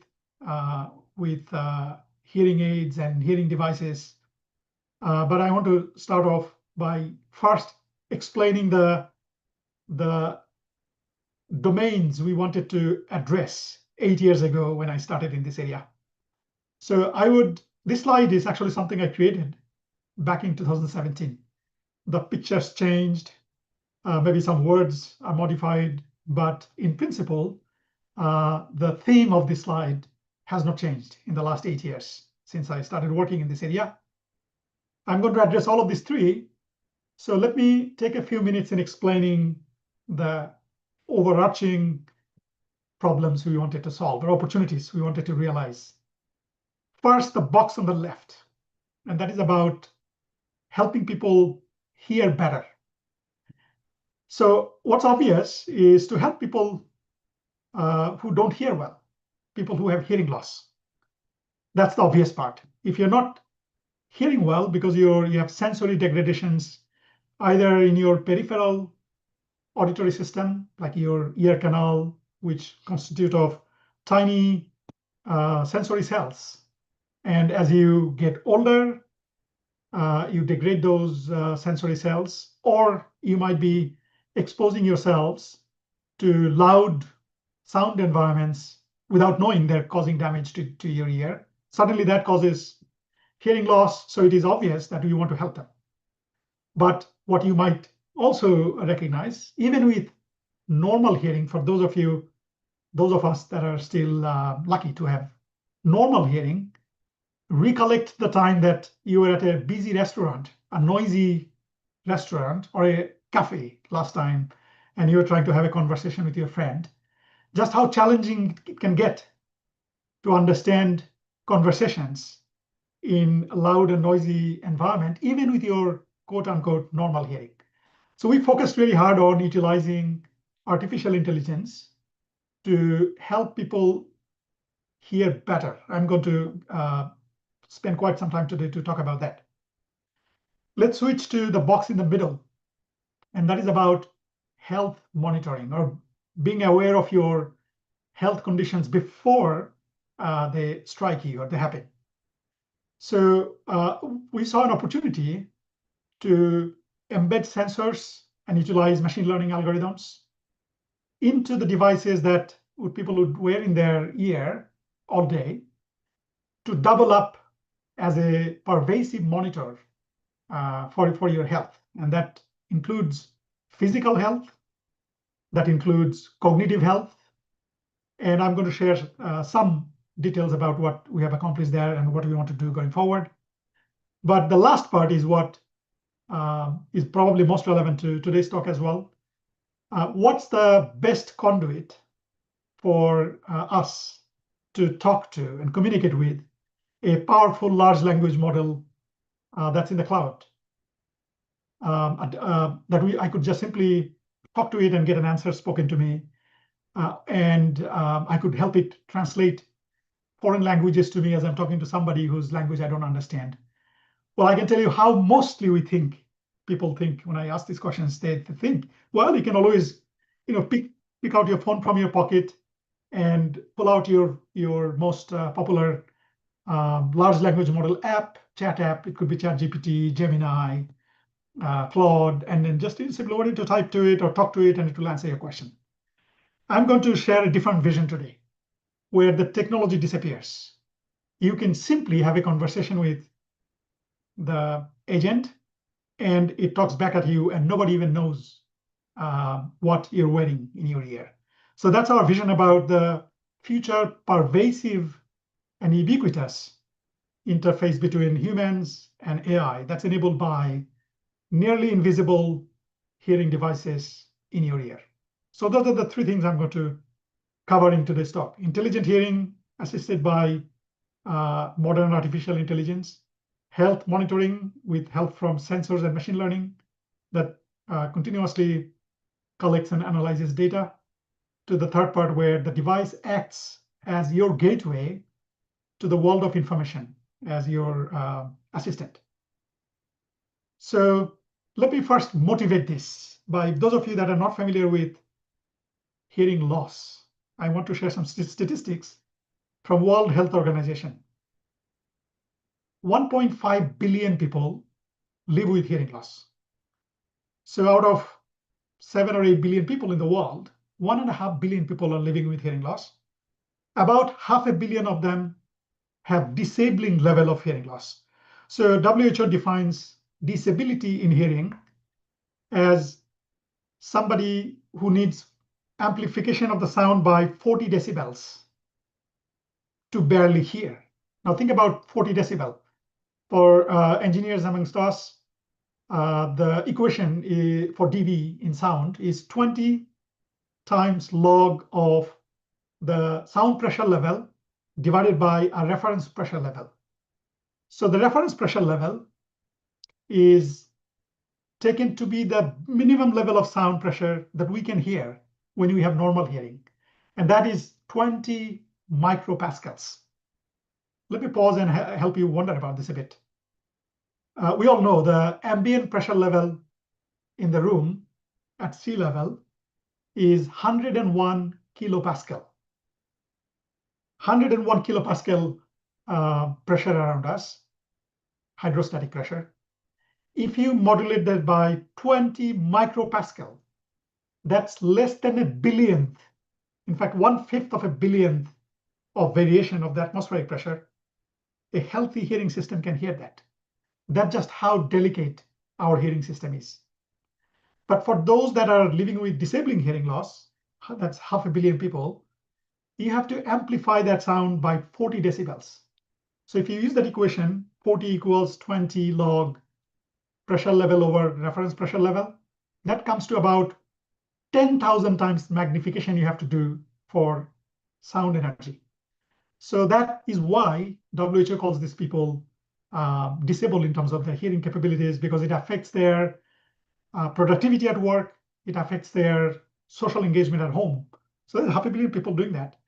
Unfortunately, they also predict that by 2050, these numbers are going to skyrocket for two reasons primarily. One is a good reason, and that is that we are actually living longer. As you get older, just like as you get older, you get to see more and more people around you with eyeglasses because you have sensory degradation for vision. Just similar thing happens with hearing.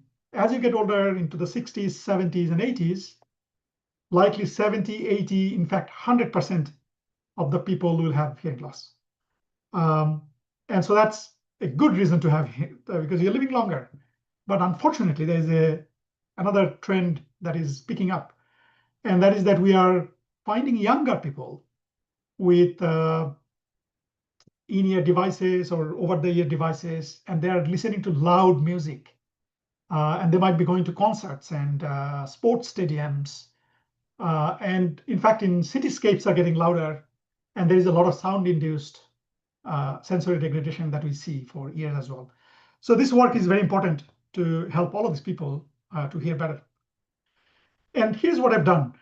So often I'll present to young people, and they have no idea what it is to live with hearing loss.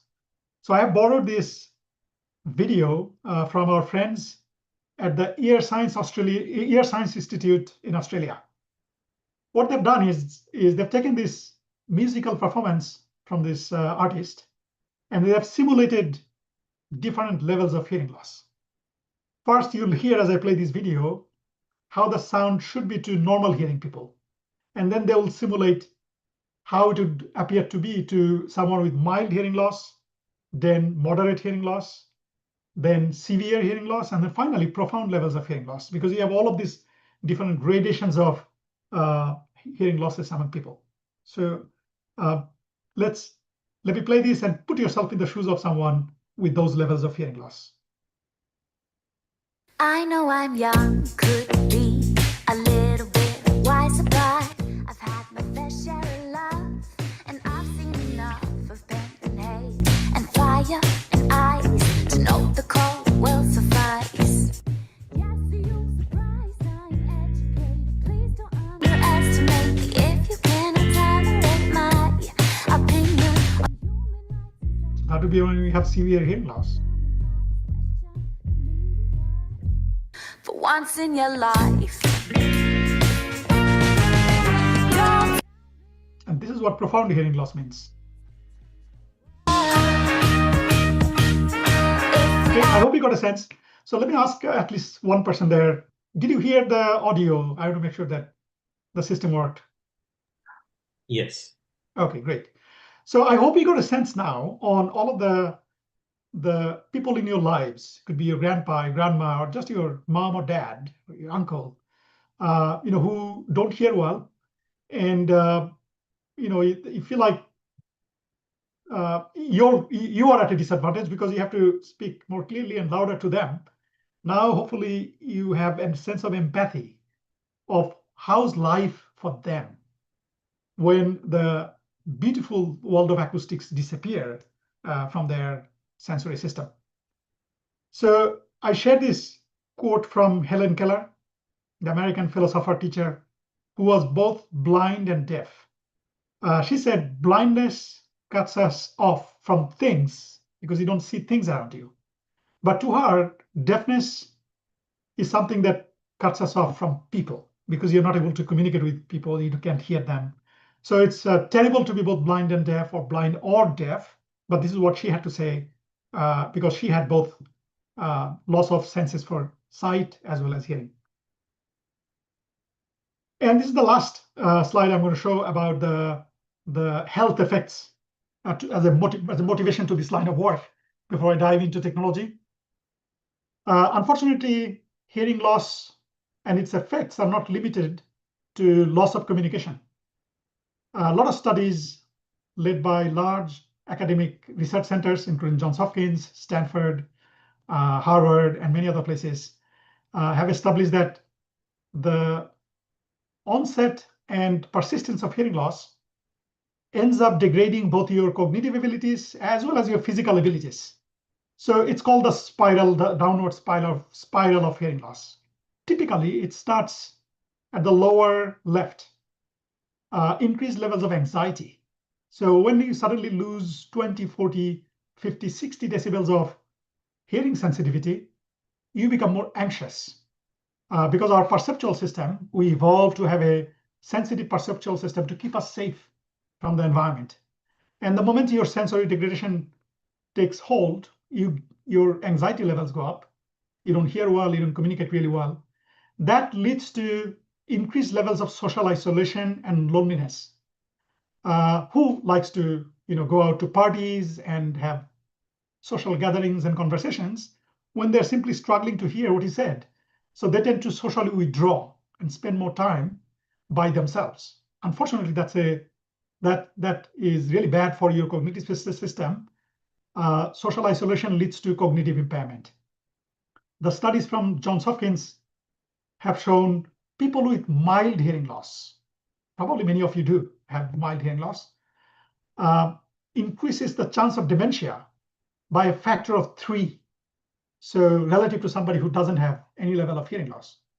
And that goes up to 5 times for people with severe to profound hearing loss. In other words, pretty much telltale signs of downward suffering from dementia and Alzheimer's if we do not do anything about our hearing loss. And then, unfortunately, it also leads to reduced physical activity. That leads to muscular atrophy, a loss of muscles. And then Johns Hopkins study also showed 3 times higher chances of fall for people with mild hearing loss, and that increasing with different levels of hearing loss. People tend to have more falls. There is biological reasons for this as well. Those vestibular sensors that are close to the cochlea, which are our body's inertial measurement units, they have somewhat similar biological construct as the sensory cells for hearing. And so when you have sensory degradation for hearing, that also correlates with your sensory degradation for balance. So these are correlated. So with that, I'm borrowing one slide from a class I teach at Stanford, like I said, on computational perception. This is a complicated slide, but I'm going to spend 2 minutes just giving you the context so that all of the algorithmic stages I'm going to talk about will make sense to you. So what you see here is a cross-section of the human brain with an emphasis on the senses of hearing. So obviously here you see the ear system. The ear has 3 sections. You have the outer ear, that's this flap, what we actually call the ear. That includes the pinna as well as the ear canal. That's about 3 centimeters long canal, about 1 centimeter in diameter, that channels the vibrations in air into the eardrum, which is at the end of the canal, and that vibrates in response to sound waves. And then in the middle ear, you have 3 of your body's smallest bones, which are called the ossicles. They work together in tandem to mechanically amplify and boost sound by as much as 27 decibels. Finally, the vibrations get transferred into your cochlea, which is this spiral-shaped organ which houses the sensory cells I've been talking about. Every ear has about between 3,000 to 4,000 inner ear hair cells, which are the sound transduction sensors that convert mechanical vibrations of sound into neural pulses, which are then sent through various stages of low-level processing in the brainstem and in your medial geniculate nucleus for further sensory processing, finally onto the primary auditory cortex that are on the two sides of your head. So you think about your cerebral cortex, which is the 1 to 5 millimeter thick layer of neural tissue. The back of your brain has the visual cortex that processes the signal from your eyes. The two sides of your head houses the primary auditory cortex, which is where the neural pulses created from your ear arrives there for sound processing. And then, of course, they all get integrated into ways that allow us to create a multi-sensory model of the world that allow us to understand the world, allow us to navigate in it, and all of that. So with that, let me take a little bit of a simplistic view of an engineering approximation to say that, well, hearing then can be split into two stages. First stage is what happens in our ear. And then the second stage is what happens in our brain. Because neuroscientists like to say, we don't hear with our ears, but with our brain. Let me explain what we mean by that. Well, obviously the ear plays an important role. That's the peripheral sensory system for your hearing. So they play the roles of directional microphones. Microphones because your cochlea converts sound signals into neural pulses. So those are your microphones. Directional because they also have the ability to allow you to hone in on sound in front of you when you want to. For example, when you want to listen to your friend in a loud and noisy restaurant and you want to drown out the rest of the sounds, directionality becomes really important. They're also your nonlinear amplifiers. I skipped this part. If you pick up a book chapter on audiology, you will read that the outer hair cells in your cochlea also act as a nonlinear amplifier. They amplify low levels of sound a lot more than the mid levels of sound, and they may not amplify high levels of sound at all. Increases the sensitivity for low levels of sound. Your ear does an amazing job at that. Healthy ear, that is. And then finally, a cochlea works as a frequency analyzer. So if you stretch out this spiral-shaped organ into a length direction, it's almost like a Fourier analyzer. At the base of the cochlea, higher frequencies of sound get transduced. And as you go towards the tip of the cochlea, lower and lower frequencies of sound get transduced. So you have a tonotopic arrangement of transduction sensors in your cochlea. So that's great. That's a signal transduction system. But now let's focus on the auditory system, your neural computation. That's where you're doing the processing on the neural impulses that arrive in your brain for interpretation of the sound signals. That's where you recognize sound. Is your mom talking? Is that your colleague? And what is she saying? Is that a cat meowing and dog barking and stuff like that? Sound recognition. Next, noise reduction. A healthy auditory cortex helps you reduce noise. Just think about the last time you were in a cafeteria again. Maybe you were there waiting for your friend. Imagine when you're by yourself, you're just waiting for your friend to show up. At that moment, you are listening to everything, all of the cacophony around you. You hear the barista talking, you hear the background music, you hear the bicycle going by, the car honking, all of the cacophony of sound, except the moment your friend arrives and calls your name, your auditory system has this amazing ability to drown out the rest of the cacophony, allowing you to hone in on the individual in front of you, creating a signal to noise ratio. So your brain has that processing power. Unfortunately, we lose some of that, one, as you get older. Second, as we stop sending signal into the brain because we have hearing loss in your ear. Brain has a bit of use it or lose it philosophy, almost like your muscles. You have muscular atrophy if you don't use the muscle cells. Similarly, if you're not sending signals to your cortex, the sensory signals that it expects, you tend to have neural atrophy, a loss of neurons, and that leads to the increased chances of dementia and Alzheimer's that I talked about. And last but not the least, auditory cortex helps you with speech understanding. There is a specific block of neurons, neural network, that helps understand speech and helps produce speech, like the Wernicke's region and Broca's region. One that is specially tailored to help us understand conversation, and one that produces speech when you want to talk. So with this, hopefully you got a quick journey into the human auditory system. It takes me a whole 2 hours, but I wanted to make sure that you have a backdrop of this as I'm going to now talk about technology behind them. And that is now. So prior to our work on the modern hearing devices with artificial intelligence, the engineering world of hearing devices used to look like this. So we would create a computational model to mimic what happens in your ear, in a healthy ear, with hearing devices, so that if you have difficulty in hearing, we will do what your ear did, but we'll do that with the device in your ear. So let me just talk through these signal processing stages. Up on the top is what you see is undulations of a sound wave. This is as a function of amplitude changes as a function of time. The first signal processing stage, after the microphone detects it, after you digitize that signal through an analog to digital converter in the processor, it goes through a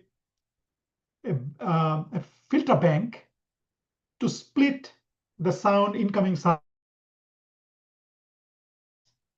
I'm showing only 2 here, but typically you would have anywhere from 12 to 24 frequency passband filters, ranging from low frequencies to higher frequencies.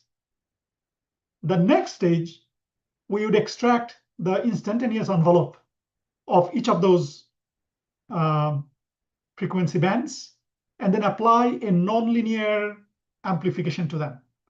This is to replicate a healthy human cochlear's function of nonlinear amplification. We will amplify low levels of sound a lot more and high levels of sound less, because that's what healthy hearing does. And we want to replicate that function with the hearing devices. And then finally, what it was doing another amplitude, another extraction of the instantaneous envelope, and then apply a range of filters, and then we would combine different strength of these filters to help you either reduce the cacophony of noise or somewhat enhance speech, because through machine learning, we would find out what frequency channels are most likely to house human conversations. So this was the world. I would call it classical computation prior to 2017. You would find hearing aid digital signal processors, or DSPs, having the signal processing stages coded into them. And that's how hearing aids would be. And a result of this would be that when I started having conversations in 2017 with people with hearing loss, they would say the hearing aid works very well in quieter environment. It's amazing. But in noisy environment, it really doesn't work very well. In fact, I have to remove the devices when I'm in a restaurant. So the intuition we had is, having spent a decade on computer vision in the Bay Area, both at Stanford, you're all familiar with ImageNet competition, as well as the work on RealSense at Intel, we wanted to add a neural computation block onto the chip of hearing devices.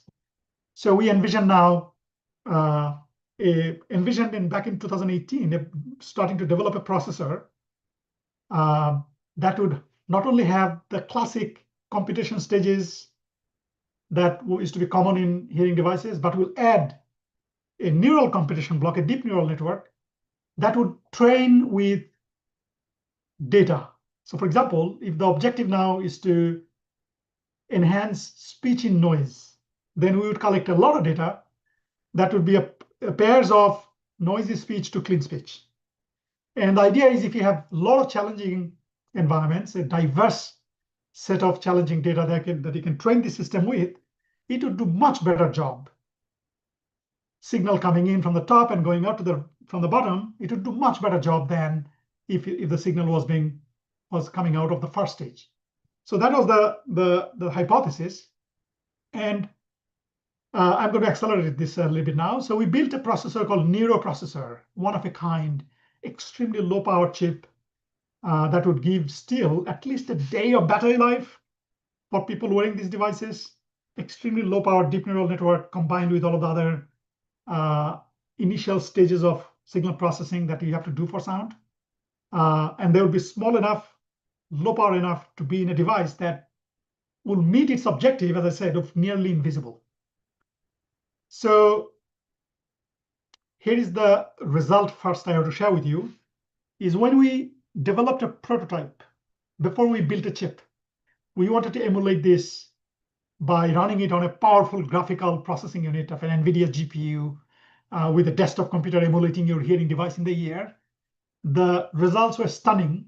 It showed that we could achieve 13 decibels of SNR improvement in diffuse noise. This, if you don't, until you hear it, it's hard to imagine, because I'm going to show you make you hear a demo, what it means to have 13 decibels of differentiation from a cacophony of noise to speech.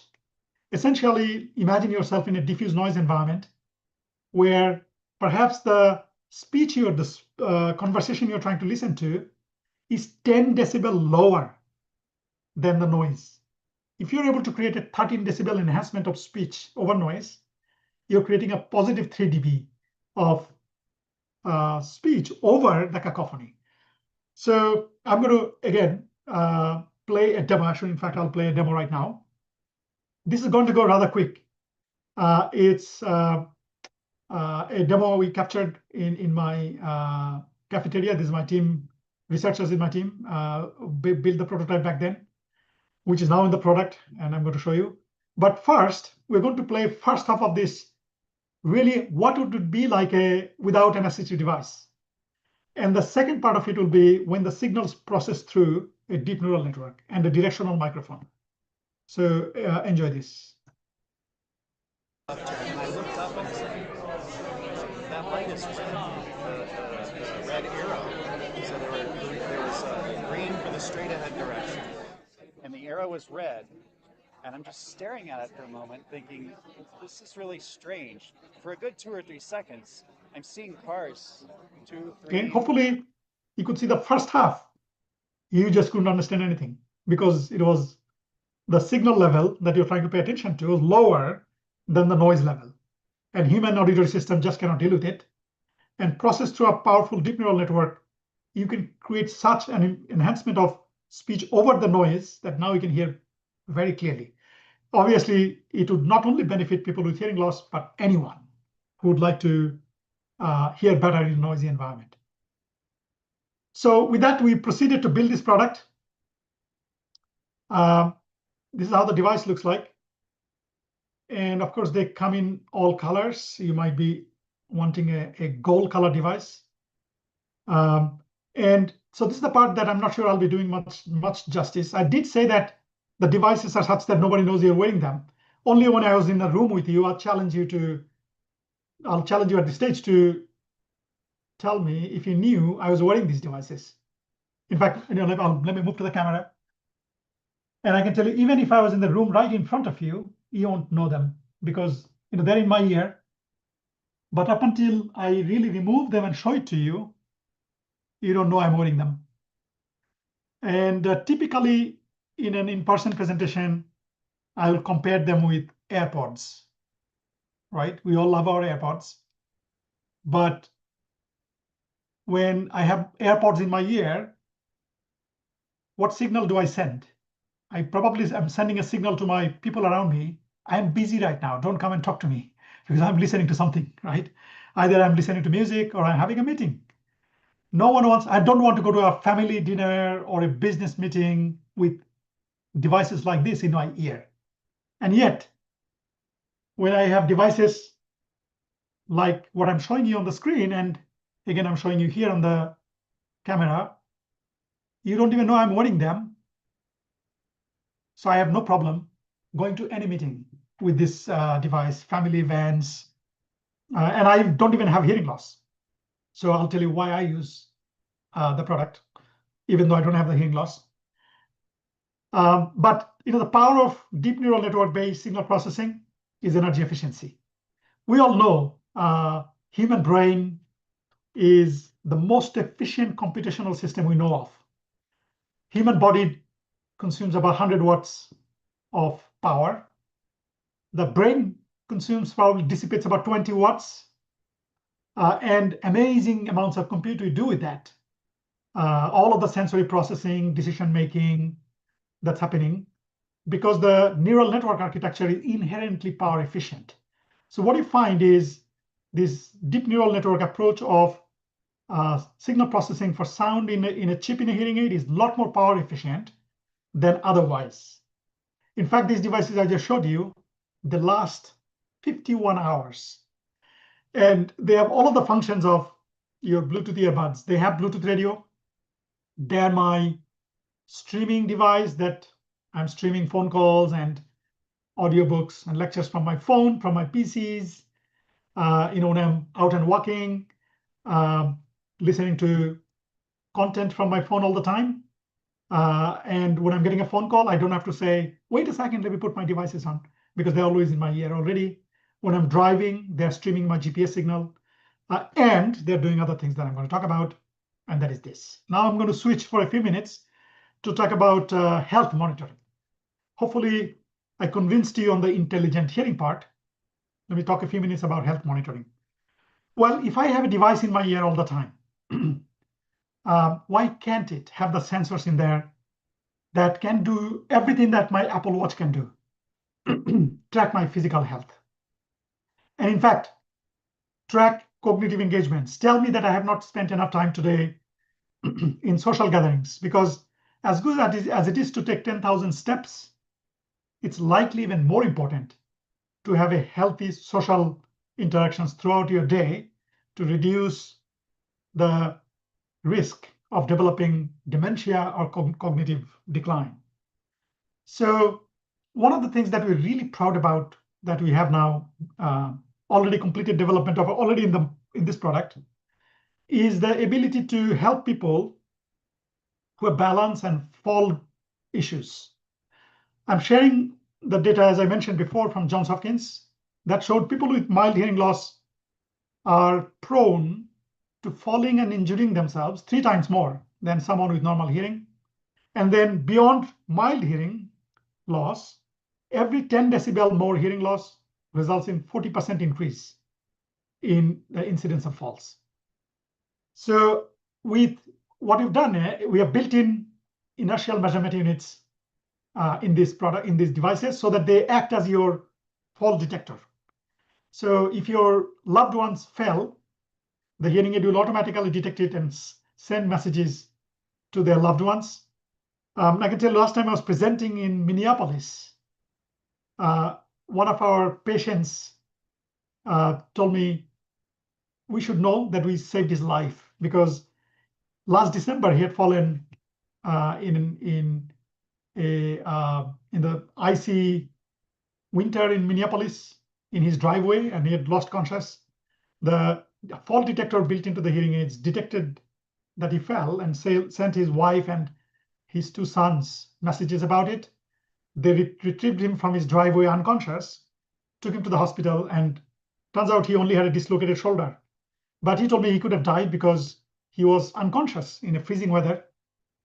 So it turns out his story was so touching that he's now on Wall Street Journal, an article that covered the amazing life-saving features that your hearing devices can integrate that can help people. What I'm showing you on the screen, though, is one step further. So we had a project between Starkey and Stanford to see if we can help people from falling. In other words, can you prevent falls, not just detect when somebody fell?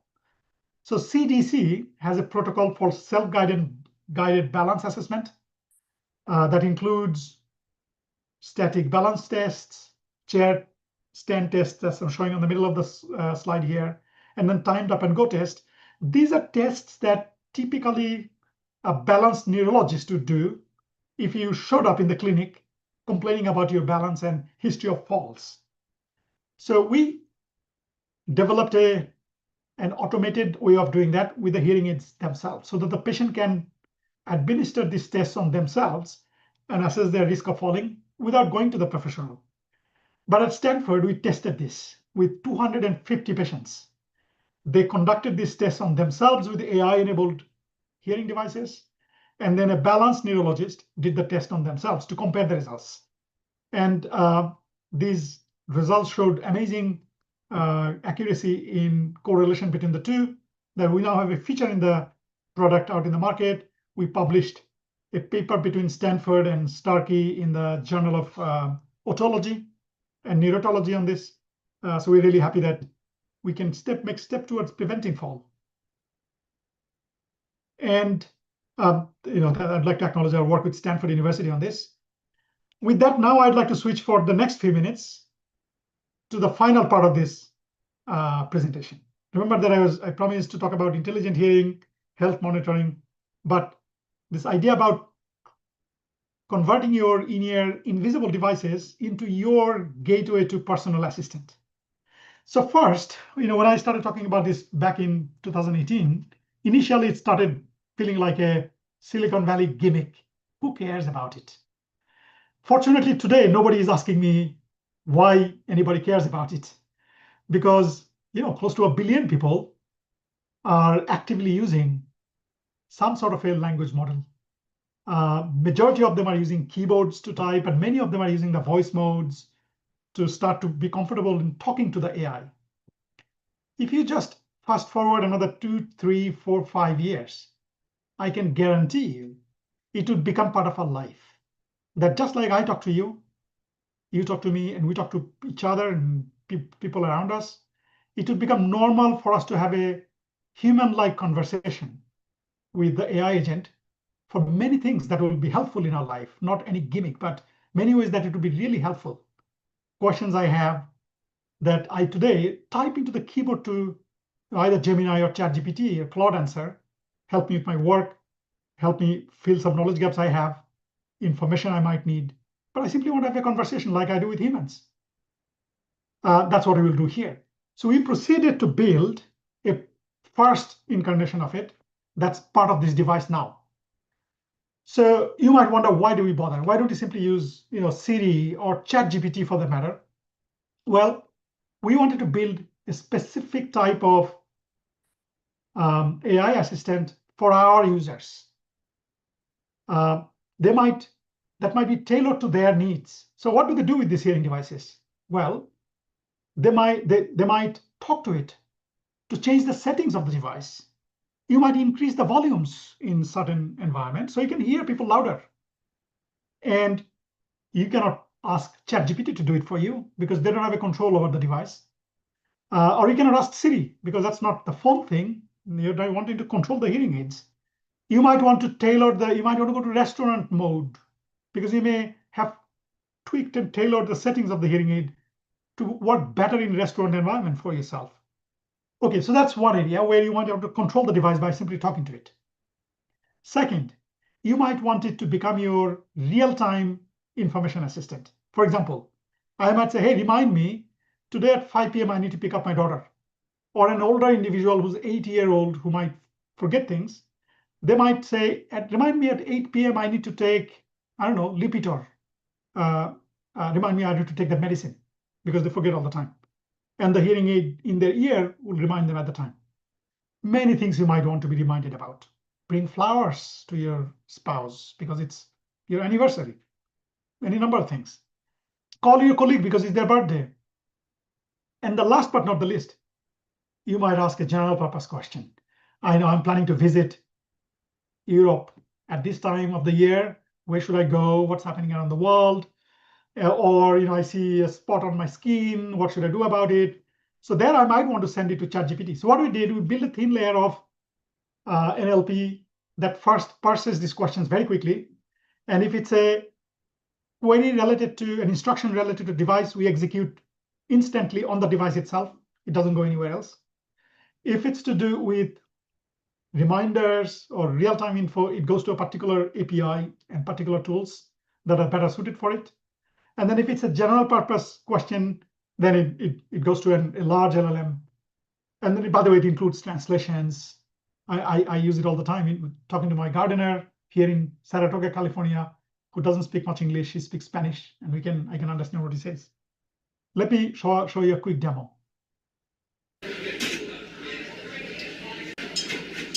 Oh, turn on my restaurant program.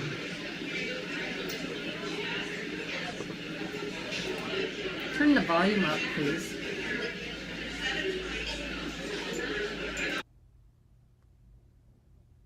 And before I forget,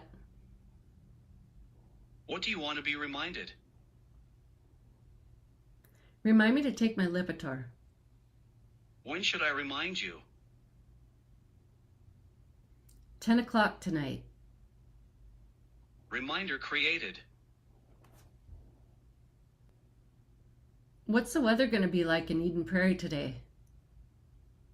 That's our headquarters. On Thursday, September 19th, 2024, Eden Prairie will have morning and late afternoon rain, clear skies in between, with temps from 64 to 88 degrees Fahrenheit and winds at 5 to 13 miles per hour.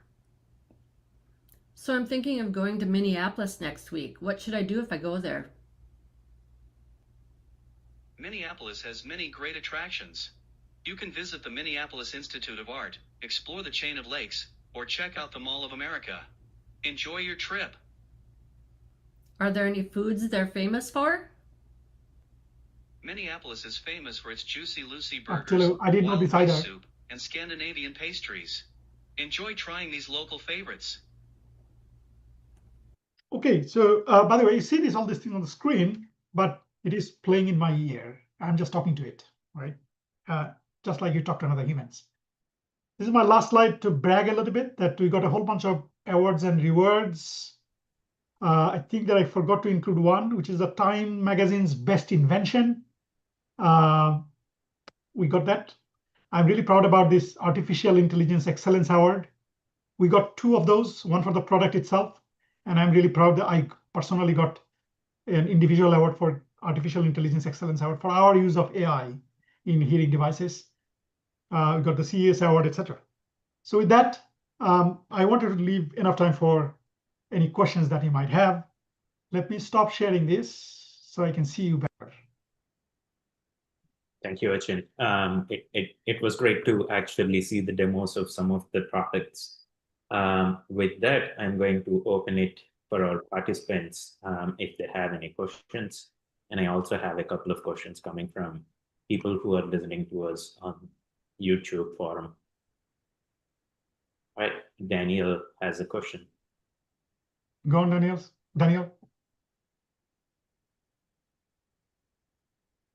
Daniel, I think you're muted. Can you hear me now, Professor? Yes. I can hear you. Excellent. It's very interesting presentation. Question for you. You might be most suited for analyzing this, and that is several parts of the IEEE are examining implementing AI neural networks in the analog circuitry for much greater efficiency. Yes. Have any of those come to something practical for you?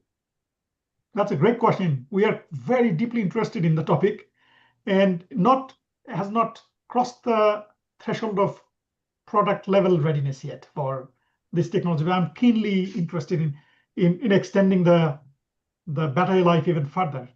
Sure. By the way, the Weeks at a hearing time. aid at some point used to be just a few hours of battery life. Today is 51 hours, even with a mixed signal chip that's got a series of analog plus a digital implementation for a neural network today that we use in this device. but I'd love to extend that to 3 days or 4 days. So we are participating in those technology discussions and explorations, but not quite ready for product yet. Thank you on that. On the speculative side, also in the ear is parts of our balance. In other words, we sort of measured this on people falling. Yes. Is there any way of maybe going in the other direction to augment balance? For example, being able to maintain balance even with eyes closed or in the dark. Some people have trouble with that. And also vertigo seems to be a common ailment that affects not only older people, but also younger people as well. Yeah. It's a bit unusual. Is there any possibility of extending your product into that domain since you're already sort of in the area?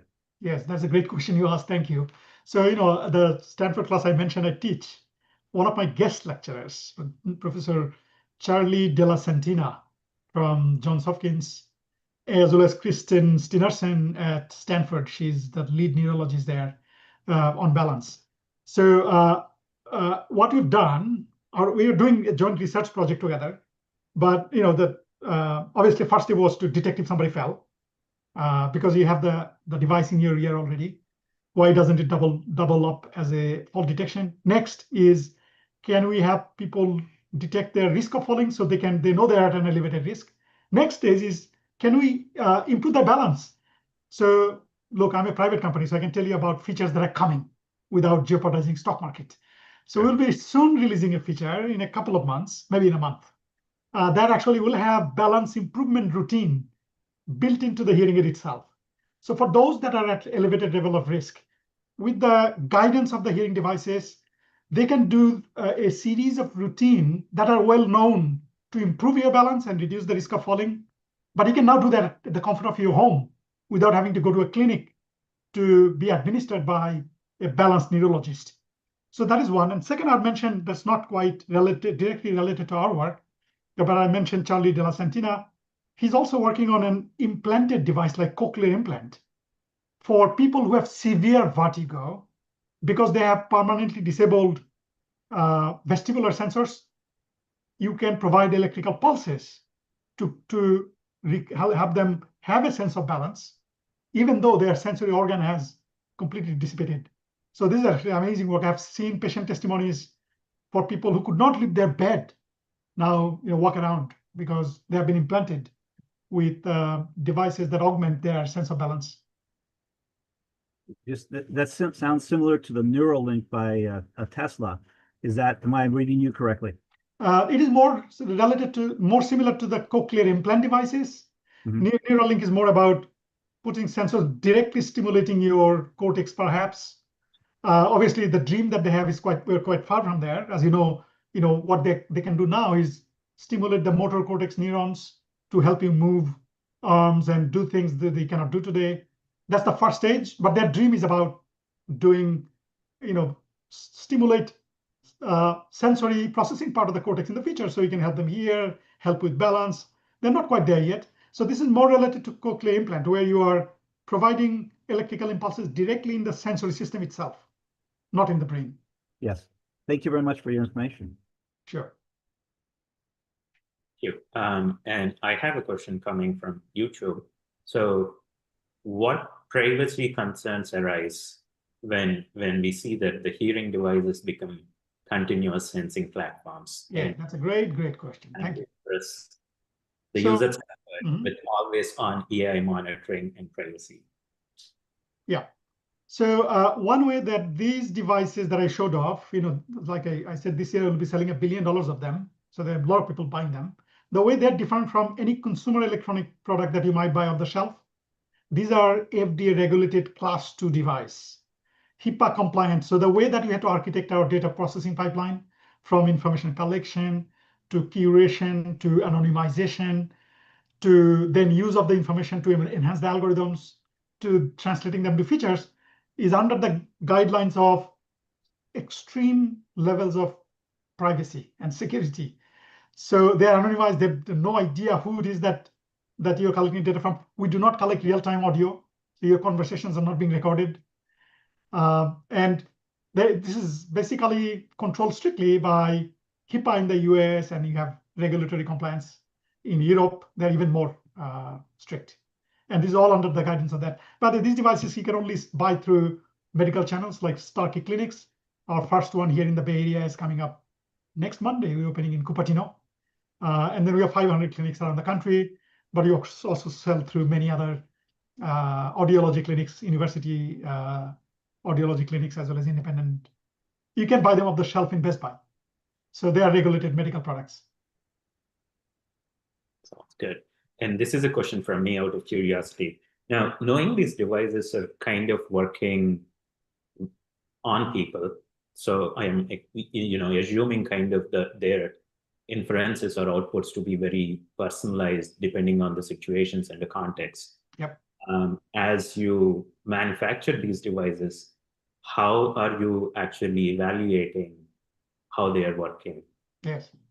A great question. By the way, I should sneak in that we make our own products, right? So it's kind of very rare these days that companies go all the way. So we have our own factories. We produce these devices, in our factory. So the individualization comes in two stages. So the mechanical form factor of it have, generally speaking, two types. The one that I just showed you here is a standard electronic package. Right. But they're also made in in-ear form factors, where we literally take an ear impression to find the shape of your ear canal, and we can tailor it for your ear canal. So that's a tailoring that happens at a mechanical level. But the auditory personalization happens through the clinic, where we measure your audiogram, because your level of hearing is very different from somebody else. In fact, 2 ears are different, right? Both for their mechanical shape, but also their auditory transfer function. So we measure your audiograms, which is the sensitivity, the auditory threshold, as a function of frequencies, and the device is programmed to personalize before you wear them. That makes sense. All right. If we don't have any questions, right, that brings us to the end of our presentations. And thank you to all our outstanding speakers from across the world for taking the time, for sharing their groundbreaking research on this topic of ethical AI, and also to all the participants who joined us on Zoom, on YouTube, for their questions and thoughtful discussions. So yeah, before we end this, I thank everyone again. Right, that brings us to the end. Bye.